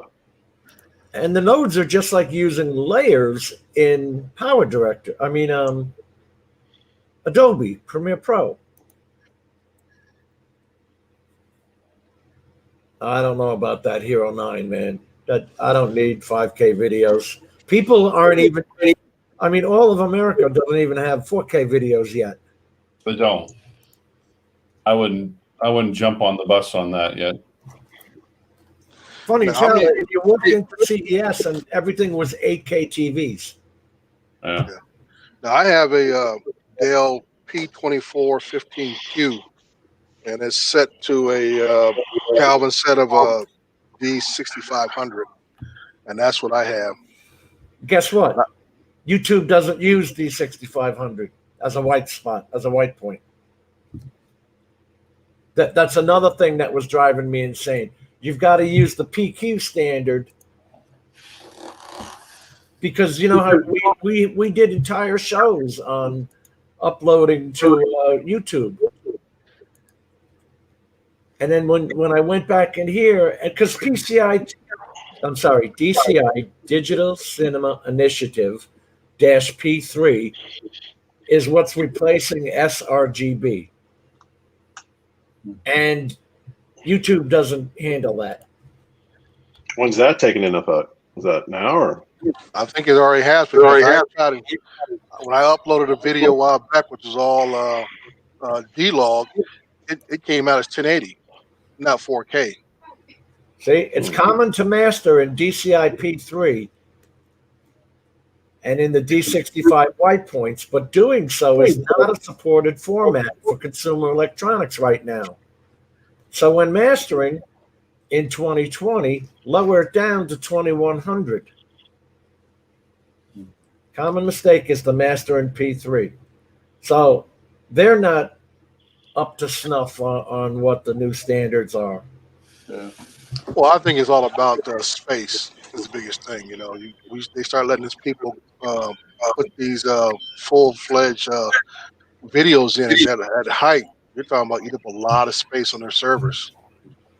And yet there's 8K videos on YouTube. They have a whole channel selection of 8K videos. Who's got you know, I both, TV? Yeah, I don't have an 8K TV. I barely got one 4K, and I'm gonna say, but we all know they're all compressed down, so they might have gotten it up there as 8K, but 9 times out of 10 it's probably reduced down to 2.7. Yeah. How many people are going to upload that? I uploaded the last video I did it in 4K, you know, full def, 2.1 gigs for a 3-minute and 40-second video. Right. How big is it going to be? 4K? Pass, thank you.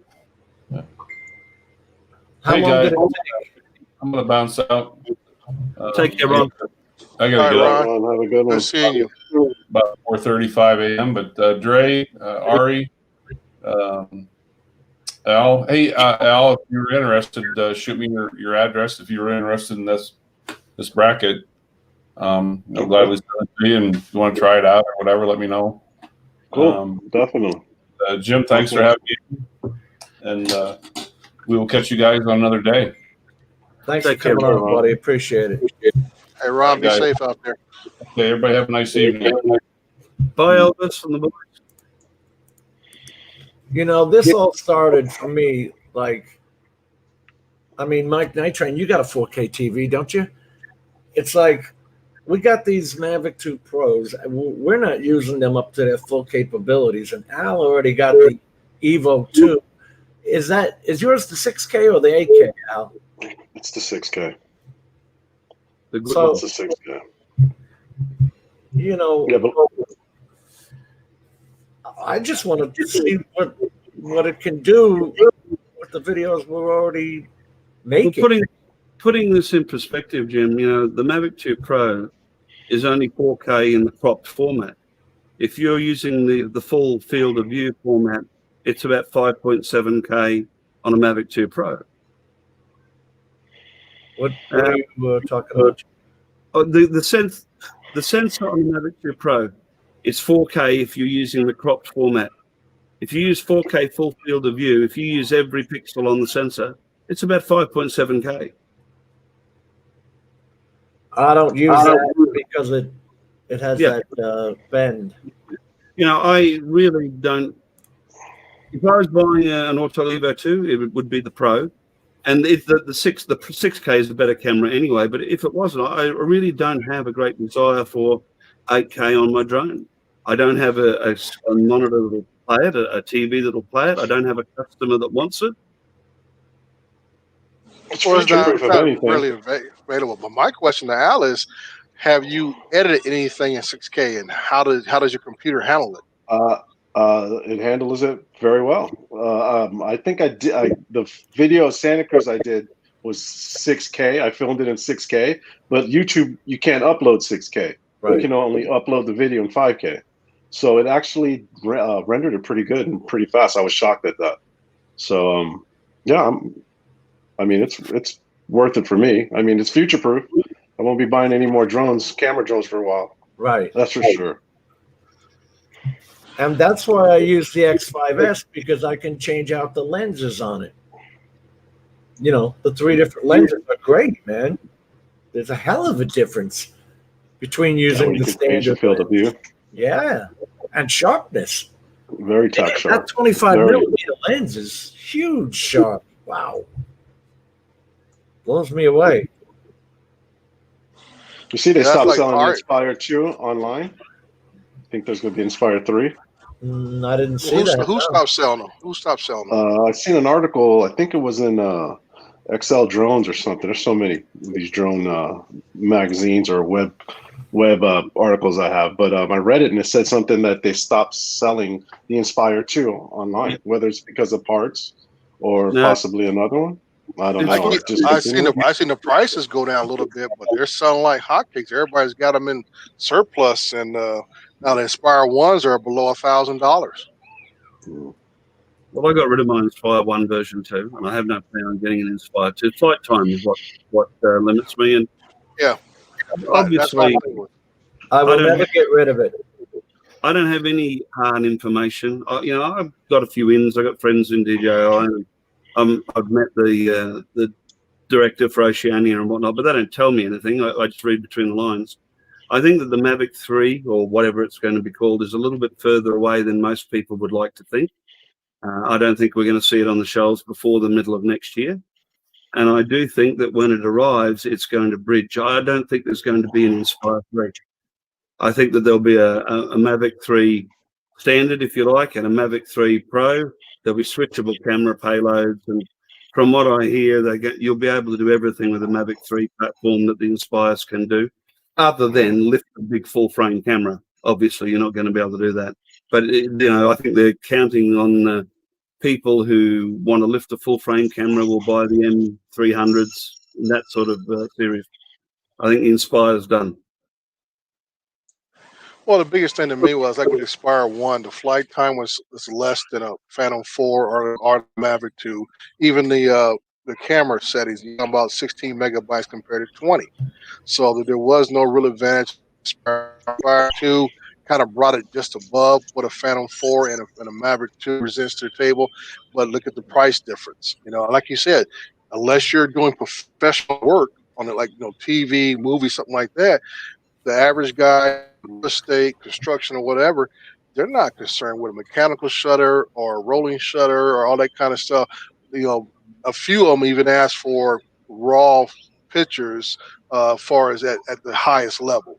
They go by what they read on the internet. Oh, this one has 20 megabits, so you got to have a Mavic 2 Pro or a Phantom 4 Pro to do that for them. Other than that, they have no idea what Inspire can do for them or what it can't do. Just like a 300 or a 600, they just go by what they read most of the time.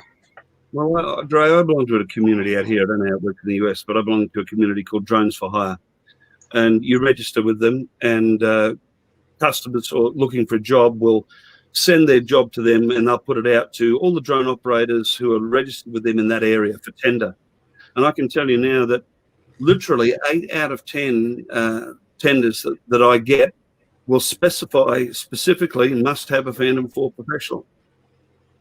Yeah, and that's based on what they read, But like I say, just like what Al has, they don't ask for that 6K Altel, which is supposed to be a better machine, because they go by the Phantom 4 is the standard of the industry because it's been around for so long, and that's what they all know.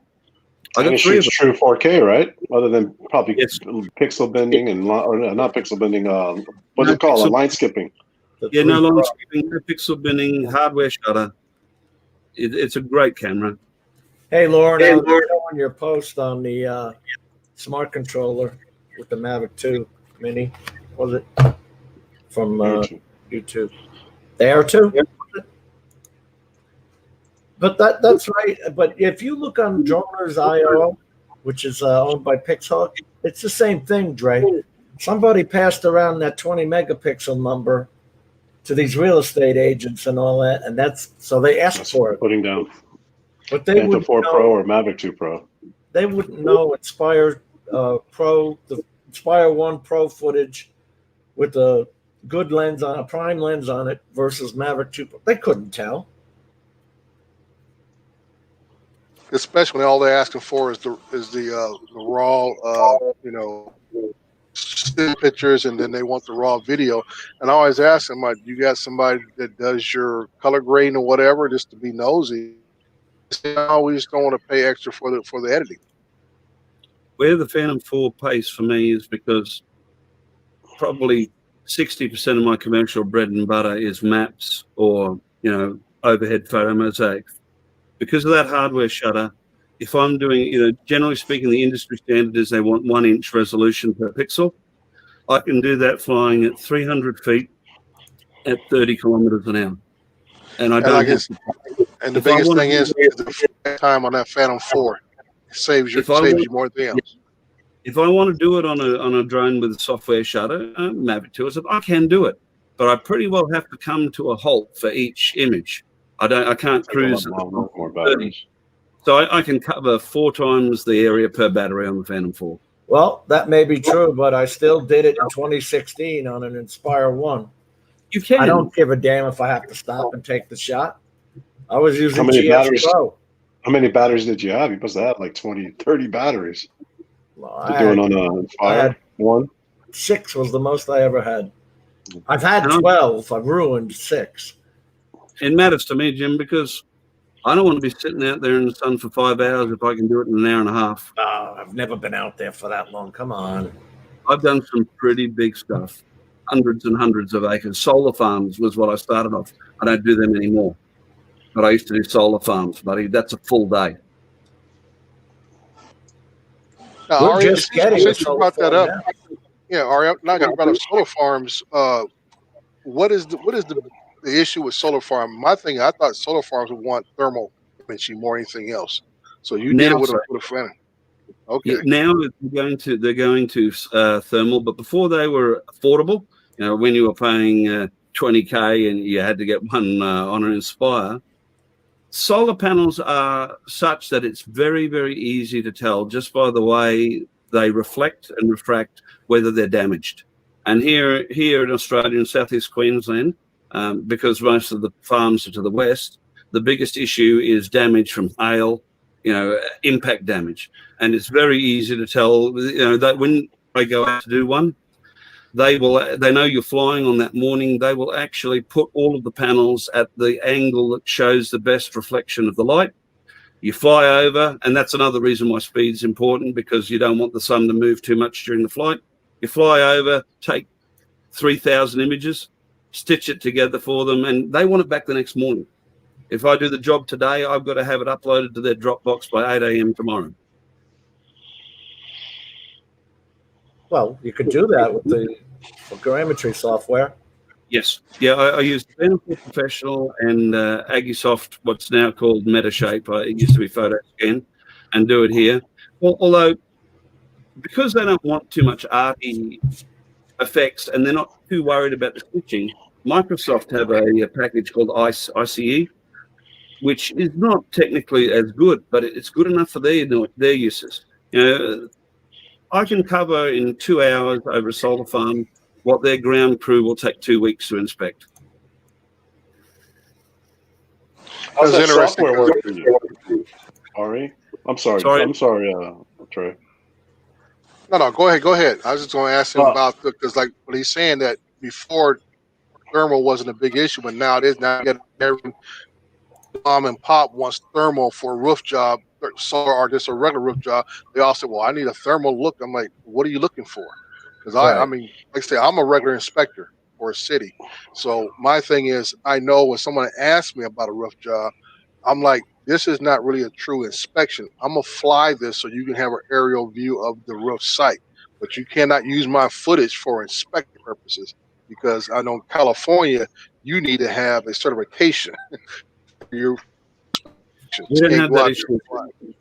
I know that in the US, for example, you provide maps, you've got to have a surveying qualification. We do have to meet the industry standard, but we don't have to have the qualification. Look, the way I see thermal seriously is it's just a time saver. It's much quicker when reviewing the footage or the pictures in thermal to see where a problem is. You can't certify your work unless there's a surveyor with you. Yeah, here you can. Dre, don't you do like what's it called? Swap inspections? Yeah, SWIPs or SWIPpies for old school guys. Yeah, stormwater pollution protection plan, and basically it all consists of infiltration systems, swells, perimeter, BMP, which is best management practice of gravel bags, swaddle. Guys on the East Coast might even hear things like hay bales that are put on perimeters of sites on the East Coast. We don't use them out west, but the East Coast still uses that, and everything as some type of filtration for all flow water when it leaves the site. Dre, we are all swales and canals here in Florida. All. Right. Yeah. So I say something like one particular like that, I would come out, verify that you hit the bottom according to the engineering plans, make sure you hit your depths, and then I will watch you each day come out, take pictures, either aerial or regular hand camera. I'd watch you go back to the whole process and bring it back up to the subgrade and so forth. And that's pretty much what I do. I remember doing taking SWIP pictures for a client who was certified like you were, and he wanted aerial shots. So that's what I'm trying to put now for the guys who one of the big companies is ADS. They do all the underground chamber systems, and I'm trying to get a hold with them to try to be like a contractor to go out and shoot aerial shots of their chamber systems being installed. Because pretty much now in California, and you probably know Al, especially up in Northern California, everything has to be on site from now on. All your water must stay on site. They don't want nothing running off that site. They want to go back into the underground water table. So that's why everything is building these underground chamber systems. I'll be back. To go back to the groundwater. We ain't gonna miss you. You hear before. Have you thought about multispectral for that, Dre? Because that's the big thing here now, especially with the farmers. Because it gives them their water content in the soil. I would imagine you'd be able to get some idea on whether you've got underground seepage or this sort of thing with multispectral. I see that in more of the heartland area out here in Southern California. I'm right what we call a arid climate, which is San Bernardino, California, is right before you hit the deserts.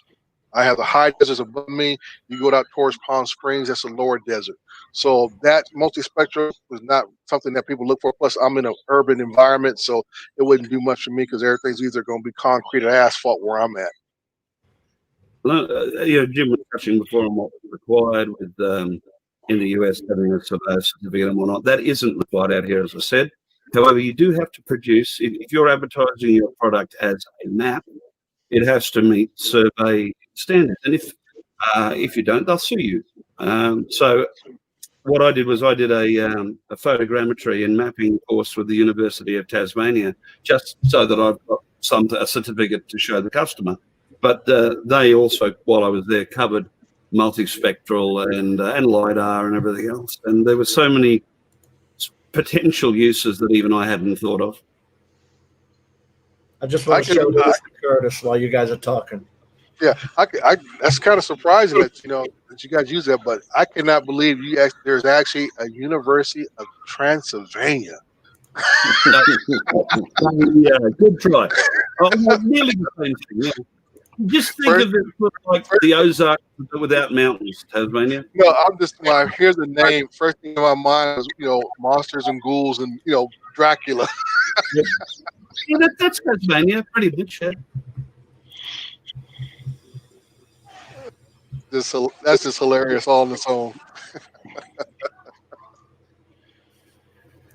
But I would like to. That's why I'd like to get at least get the Mavic Enterprise Dual. That's what I'm shooting for next, so I can start doing some these thermal imagings. I know it's not the best one. I hear that the Autel thermal one that's like maybe barely $1,000 or maybe just over $1,000 is actually better than the DJI Enterprise Dual for thermal imaging. That's a if I wanted thermal imaging in a compact package, it would be the Autel Evo 2 with their thermal. I think it's almost double the resolution. That's what I've heard. That's what I heard. $8,000 camera. That's what I'm saying. I don't want to fork out those $8,000 for that. But the one that's on the Mavic 2 Dual out here, they use it in search and rescue, to find heat sources underneath the canopy and so forth. But I don't see it used too much in commercial applications. Which one is that? The Mavic 2 Dual with the thermal sensor. No, it's only a lepton sensor. Yeah, I think it's about 300 pixel per inch. Very poor. Yeah, but I was saying for standard roof inspections, it suffices. What these guys ask for. But I mean, you're talking about agriculture. No, it's not what I would recommend. If I still had my pick, I wouldn't even get the X2. I would use the X5S on one side and put the FlearView Pro R, the full radiometric sensor, on the other side and take pictures from there.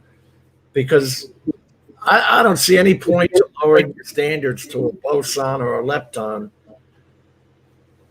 And if you look at it, you can buy a FlearView Pro brand new for $5,000. Not like that's not a lot of money. But an XT2 is $13,000.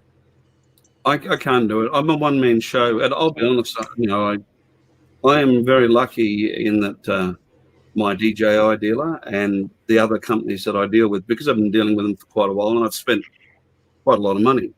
The only reason I've got the gear that I have is I've gotten a couple of contracts that I've needed X, Y, or Z, and the DJI dealer put it to me in the early days, and I will go down to him and say, I've got a contract to do this job and I need this piece of equipment, and he will hand it to me over the counter. And then when I get paid, I pay him. So, and obviously finding people who will do that for you is difficult. So, if I get a job that I need a multispectral or a really good FLIR camera, that's how I'll get it. But until then, it won't happen for me. Curtis Stark, what are you using to do all your color grading on, or all the colors you're working with? Colored pencils. And he does a wonderful job.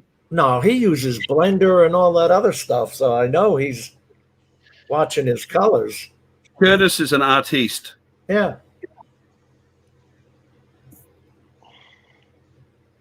Where is that?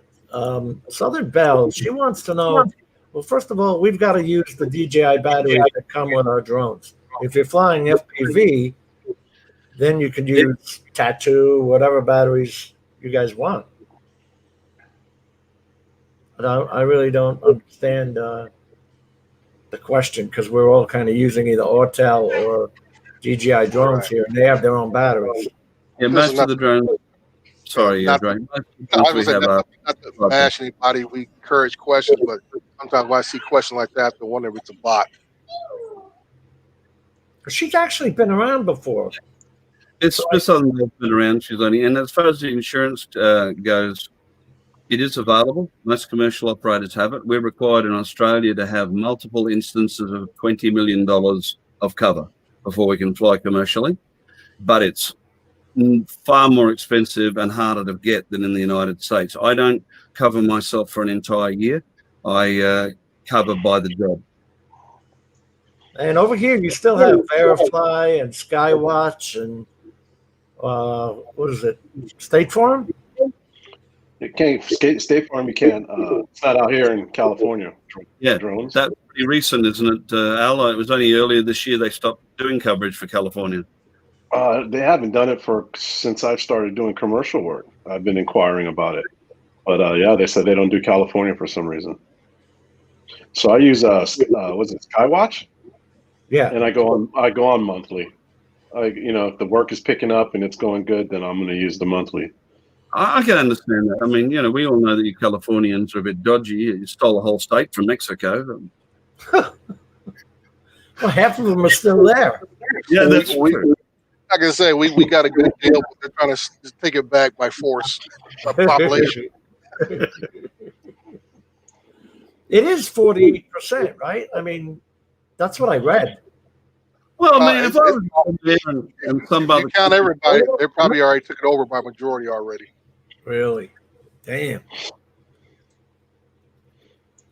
But like I say, I agree with Al on insurance. Like you get a lot of questions with Droner.io and every place, and they always talk about $1 million. I said, $1 million for what? My drone thing's gonna get damaged, not some concrete building or a bridge you want me to go look at. Your drone's not even gonna take down a power line. No. Yep. Exactly. And I tell the guys, I get the insurance per job. What's the job? And once I assess the job, then that's the insurance I get. They're asking for $1 million coverage. I said, for what? What am I need to be covered for? But once again, it's just when I do the industry standard things. Usually when I do the construction a monthly, the max I do is $1 million. It's $1 million. I just get nervous when I'm flying Litchi routes around the neighborhood and over streets and stuff like that. It's a little bit nerve wracking. So I just want to be covered in that regard. I can't understand. I've heard people I know who, and some of them are really well-known droners, so I'm not going to mention any names, just said to me, Ari, I'm not using Litchi. I'm not going to put my drone in the hands of the computer. Man, I trust Litchi more than I trust myself. I had an issue up at flying at Bribey Island where I had a loss of connection for 16 minutes in a flight. I could not re-establish, and it was gorgeous. Just continued doing what it was supposed to be doing while I was having a minor stroke and a heart attack on the ground. Came back and landed on the landing pad. Look, I have heard horror stories with Litchi, but I have never seen anything that's happened that can't be attributed to operator error or failing to take something into account when making the flight plan. As a matter of fact, I had Matt say to me, Ari, you should do a tutorial on how to do a waypoint mission with Litchi. I'm thinking about it. Yeah, I'm using it more and more, getting used to it, because in some instances, especially like what Al does, if you go out there and do progressive video footage, it makes it so much easier. You go out there and fly it yourself. You know what the hazards are. Program that thing. You use the Litchi virtual software that works with Google Earth, and you map that thing out. You go to set it up and let's let it go. It's great, and very repeatable. I've got a job that I do. I fly a housing estate every 4 months because they want a time lapse when it's finished. I've just got the Litchi flight plan saved, and it flies it with a high level of accuracy, time after time after time. I use the GSpro and the Pilot app because I've got the latitude and longitude on the crystal sky that I can just set the Pilot app and it repeats the jobs. That was something I didn't think DJI was actually going to give away, but they did. Because if you go to the GSpro app, remember when that was free Now there's only some stuff free. Like if you want to do a point of interest, I think you actually have to pay. I don't remember. I'm going to go. Really? Yeah. You Is actually in-app purchases? I thought all that stuff was free. It used to be. Now they want some, not a subscription. It's a one-time, like $100 lifetime. But if you buy a Matrice level bird, you have to buy the GSpro now. No, I've got the Pilot app on there. The Pilot app is the same as like Litchi or GSpro or any of that stuff. But you've got the latitude and longitude right there. I just tap. This is going to be, and I can name that site. Okay, this is such and such a street or whatever job, northwest corner, blah, blah, blah. You can go back to the same northwest, southeast coordinates. Just like you're doing with Litchi. It's locking in the coordinates. I just like the mission hub in Litchi, enable the ability to do it on a computer rather than turning on the drone and burning battery and setting waypoints. And then as Dre pointed out, you've got the virtual Litchi mission plugin for both Chrome and for Firefox, I think. So you just export your mission from Litchi Mission Hub and run it on Google Earth Pro. And okay, the ground detail's not great, but you know straight away whether you're getting your angles that you want and your flight path that you want. It's really good. Let's see here. Pop this in the chat. I mean, it's really helpful when you go into a site you haven't been to before. At least you have a good estimation of what's out there. And most of the maps are only about 6 months to a year old. Everybody say hello to Andy. Andy's joining us. He's in your neck of the woods. Ari? Yes, mate. All the best people are, right? Half the time on here, we get a good 50% mix. We've had you, Matt, and what was the other one the other day? We had 3 Australians and 3 Americans. Peter, Tim. Oh, Tim was on and Peter was on, yeah. Yeah, I've got a long way to go, Al. That Davinci Resolve is totally confusing. I'm sure this guy could coach you up on it, Matt, when he's not working. No? I'm sure you guys could hook up and he can take you through it. He's 15 hours ahead of us. It's such a pain in the butt. 15 hours, he's a whole day. Yeah. Trying to get him, I think our 8 o'clock at night is like his 11 a.m., a decent hour. And of course, he does shift work. So he doesn't know, that he's going in. Yeah. So that makes it even harder. But the things that I was talking about earlier, Dre, like when you're trying to use that color space and it says, oh, okay, well, YouTube doesn't allow for that. And then I hear a lot of guys complaining that even their 4K videos that they put out in Rec 709, if they color them, they'll look like bad in the standard definition. I don't know. This one guy, have you ever heard of Quasi? Where is he? I had this guy. Let me show his. He uses like 4 different screens just to make sure that it's coming out good on each one, Al.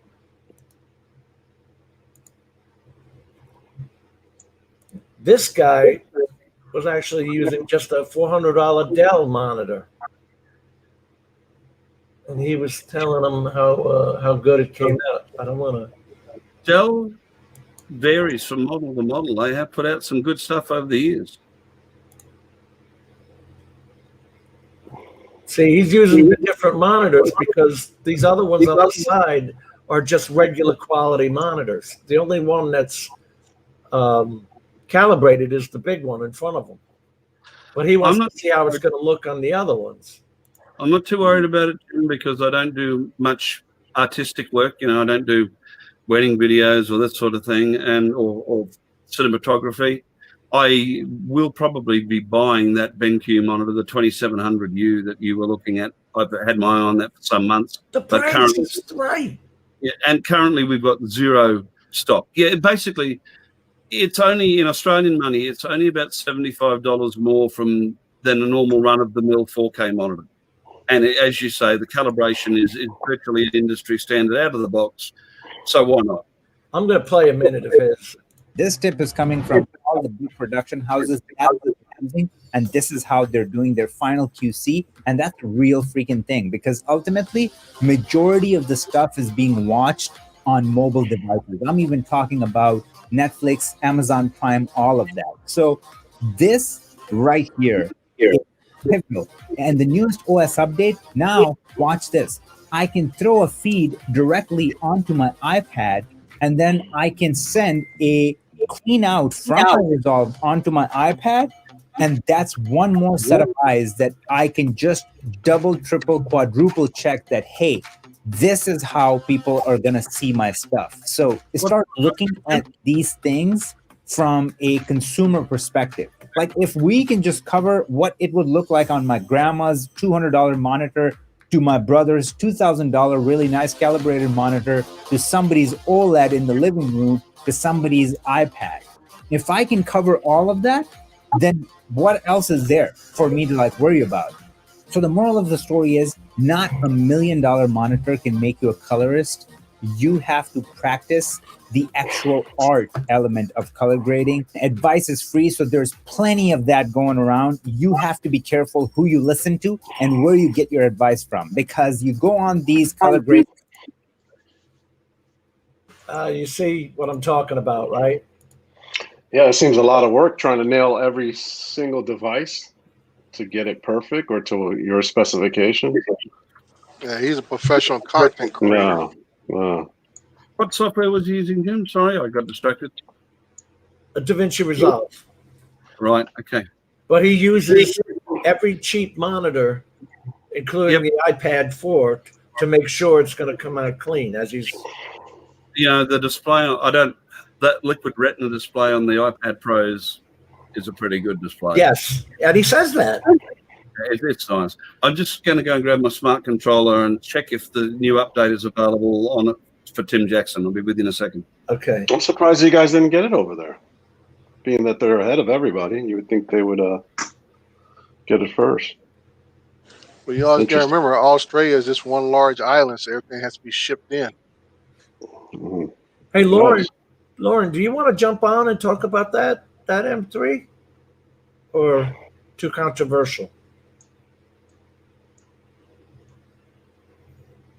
I wonder if they're going to do away with their Inspire series, Dre.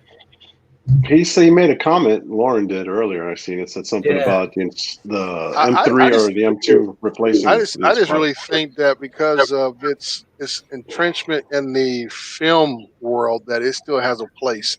It might just be, a select market from now on, because a lot of folks who bought them when they first came out, the Inspire 1s and Inspire 2s, now they're all dumping them and selling because the cameras on the Mavic 2 Pro and the Phantom 4 is just as good, or has been as good, especially better than the Inspire 1.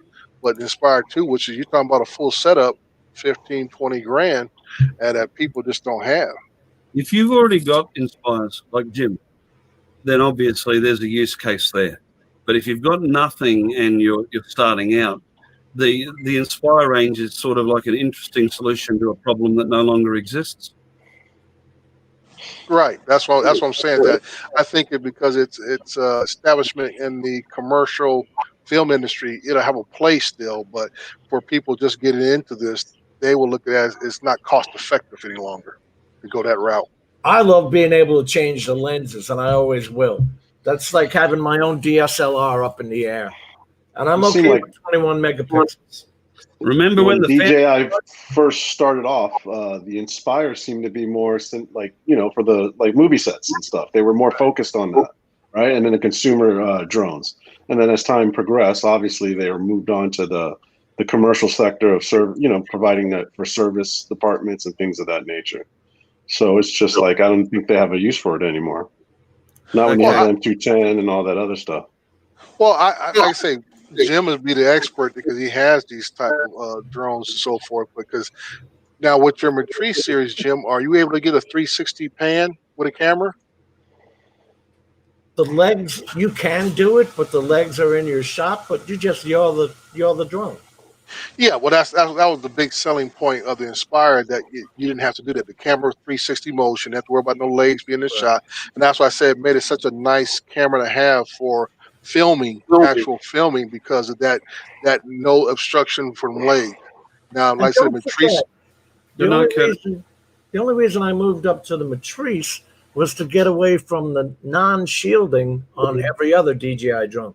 There's no electromechanical interference on the Matrice at all. And of course, I'm using the ground station with it. So that's an RTK. I don't lose signal, you know. Excuse me for a second, guys.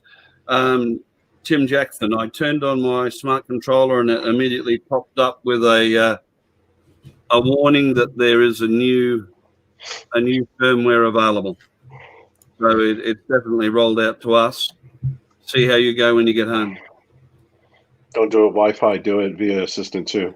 Yeah. I'm not going to install it yet, Al. I don't have a Mavic Air 2. I'll let it mature for a few weeks in case there's any bugs, and then I'll go for it. Oh, it already has some issues. Does it? That's what Ken Dono was saying. I'm surprised he didn't jump on here tonight. Yeah, I've seen a couple of people post that there's been some installing issues on it. Good, I'll just keep on the current version. Besides which, I don't know about the rest of you, but whenever they roll out an update, I do a full factory reset and start again from scratch anyway. Do you? Yeah. I actually had to do a factory reset to upload the new firmware.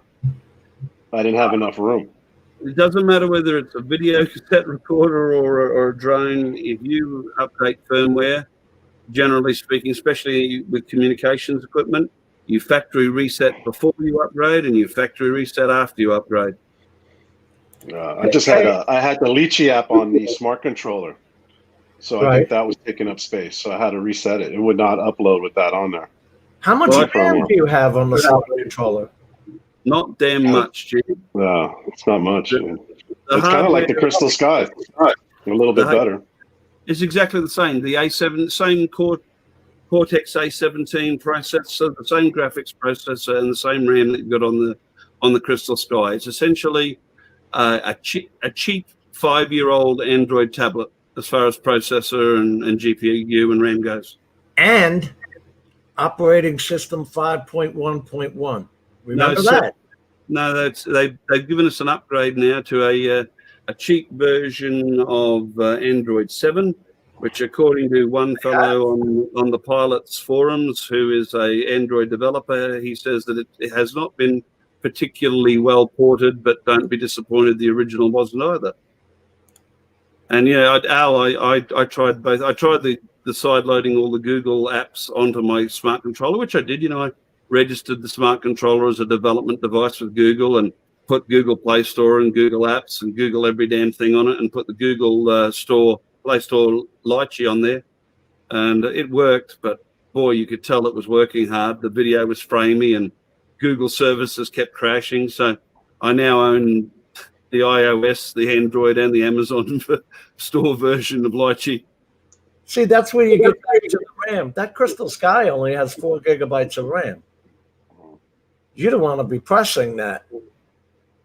If you actually, when I got my smart controller, I had not had an app crash in 3 years using Apple. First flight with the smart controller, I had an app crash out of the box. And I averaged every other flight, I had an app crash. And if you go into it with a file explorer and have a look at the logs, all of the error messages are out of memory error. If you read the forums, the first thing they tell you is make sure that you force close everything in the background. Make sure you use a smaller SD card so that it doesn't have to keep track of as big a file system. Make sure that you don't cache more than 2 gigs of video so that it's not likely to have to cache while writing. Better still, don't cache anything. Always cache all the fixes, and they do work, by the way. I've done all of that, and I've now had something like 20 flights without a crash. But everything that you do to tweak them is basically all about reducing the load on the processor and the RAM. Is anybody else in chat having any of those problems? Because Ari just listed a bunch of fixes there. Generally, Jim, from what I read around the forums, people who just buy the smart controller to fly with the Go4 app recreationally, a lot of them don't have issues. People who have more advanced needs and they want Litchi and a big SD card and this, that, and the other, they're the guys who generally have the issues. I myself have cut down to 64 gigabyte cards.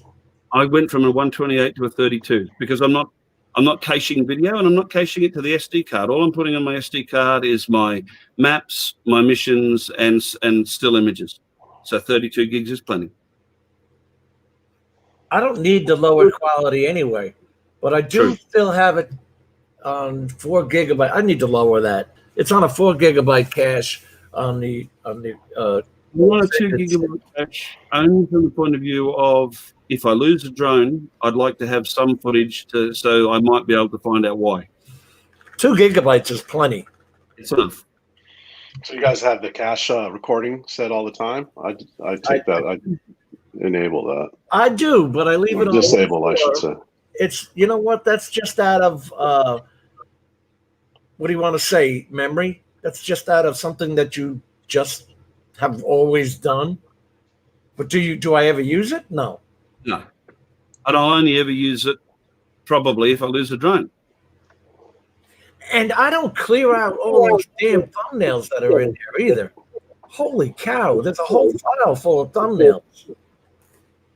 I would like to think that DJI are going to release an updated smart controller because, you know, when it comes to the physical hardware, how it feels in my big hands, the quality of the screen. I mean, it's only a 5.5-inch screen, but the brightness allows me to pick out things like wires and cables that I can't see in a bigger screen. You know, the hardware that you hold on to is great, and it's got a good feel, and the sticks are good.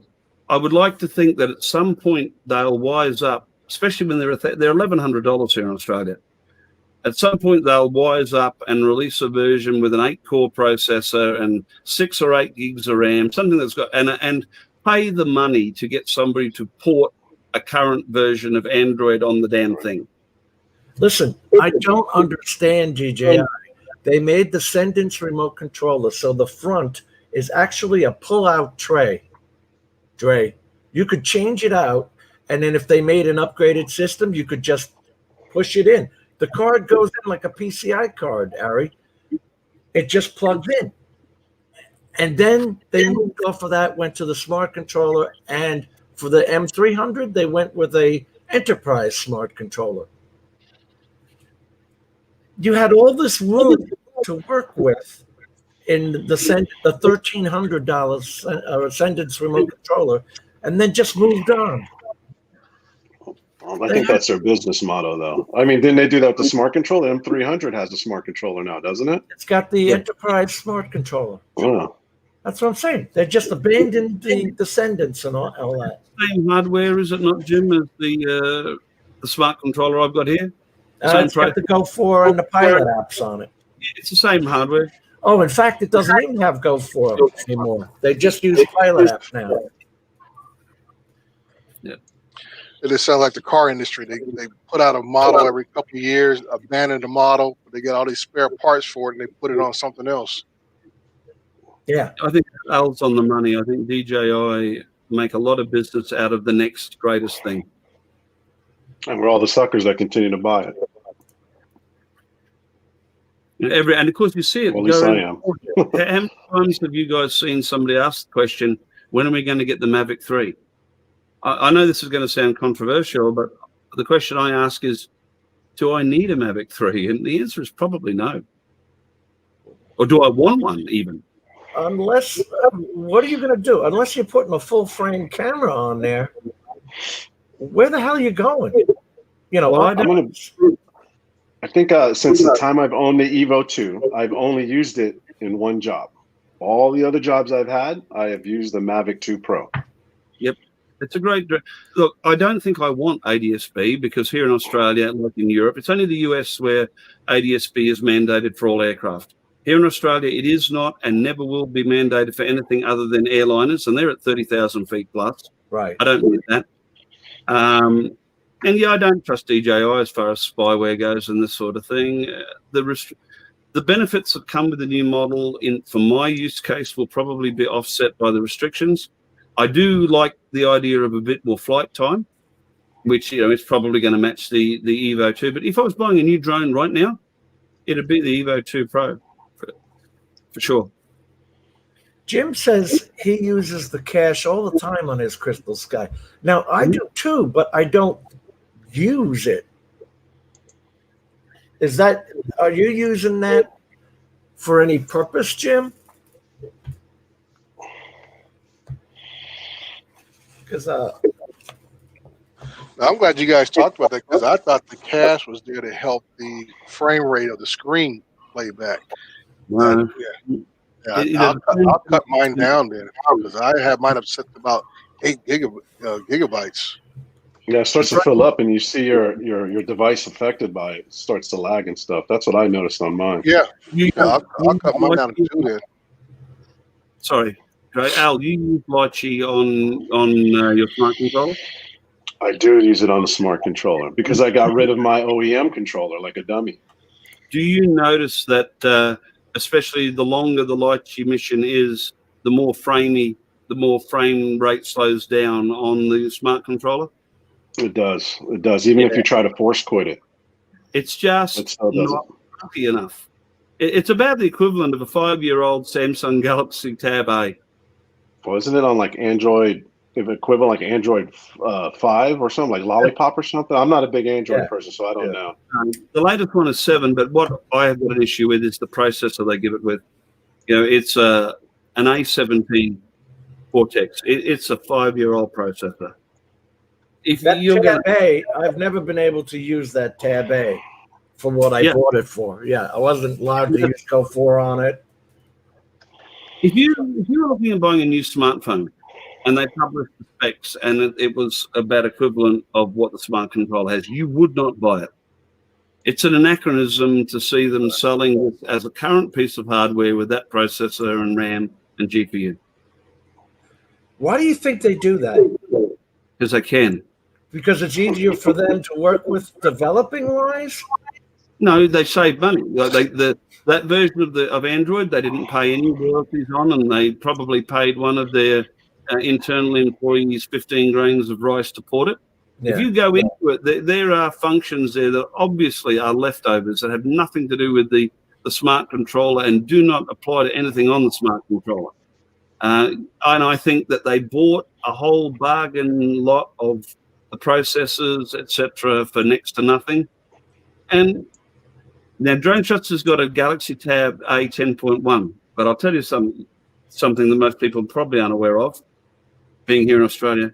There are 5 different hardware devices sold as the Samsung Galaxy Tab A 10.1. I know. I want to see what this is. Depending on where you are in the world, whether you get an Exynos or a Snapdragon, what processor, what this, what that. And this what could not handle Go4, Ari. Some of them will fly Go4, depending on where you are, and some will not. Yes, I got the white DJI goggles as well. I like them. I carry them with me basically to shut people up when they come and ask.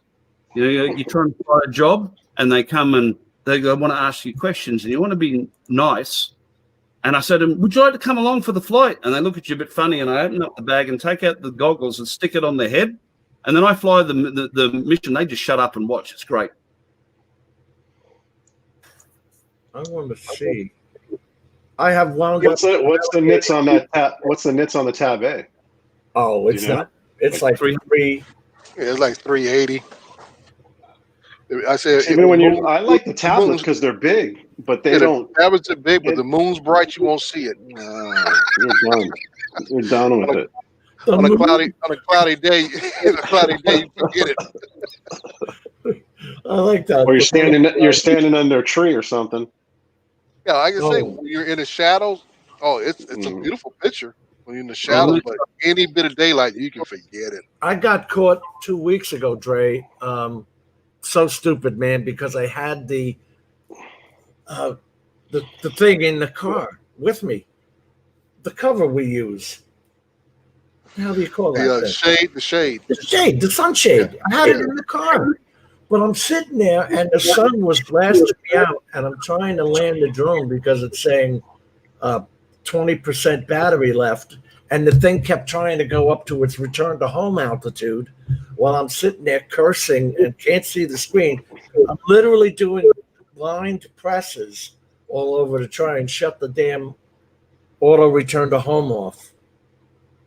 I can't live without the sunshade. And I originally started flying with a 10-inch iPad Pro, and I bought a sunshade, and I had it in my kit. And then I changed over to the Mavic Mini. Sorry, excuse me, the iPad Mini. And I bought a sunshade for that. And I never used the 10-inch again. I gave it to my daughter. And I was out with Matt North one day flying in one of our early times together, and he's got the iPad 10. Thank you, dear. And I'm standing there with the sunshade on, and I'm doing all right, but Matt's cursing. He's looking at his iPad. He can't see a thing. So I went to my flight case and pulled out the 10-inch sunshade and handed it to him. He looked at me a bit odd, so I slipped it on for him. And I've got to get one of these. I said, you've got one of those. I don't use it. And every time, I've actually seen him drive back to the house to pick it up when he forgot it. All right, Ari, this is Android 7. Yep. So that's exactly the same version that's on the smart controller. Okay, and this is, what, 2 years old now? The design is probably closer to 4. Wow. And as I said, I was never able to use GoPro on it. It would jitter, like you were talking about, or I would get some green banding. The next time I go out with Matt, though, I'm definitely going to flex. My holder will fit the 12.9-inch iPad Pro, so I'm going to tease him a little. I'll be wearing the harness, obviously, for when I drop it. I have taken to always wearing the neck strap now. I can't hold up that damn. You got the Sendence, the 7.85 Crystal Sky, and then the patch antenna down below, which I love, by the way. And it just feels like a lot of weight after a while. Yeah, it is. And when you can stick on a job, at the end of 2 hours flying, it's a lot heavier than at the beginning. If I'm doing a commercial fly, I'll be using the iPad for sure because it's a bit more reliable. And if I'm going to be flying for a short period of time, Tom O'Sullivan, Thomas Aerials, he sent me a Polar Pro tablet holder for the Mavic 2 series, which is it's great. But if I'm going to be flying for a long period of time, I have a lift tour.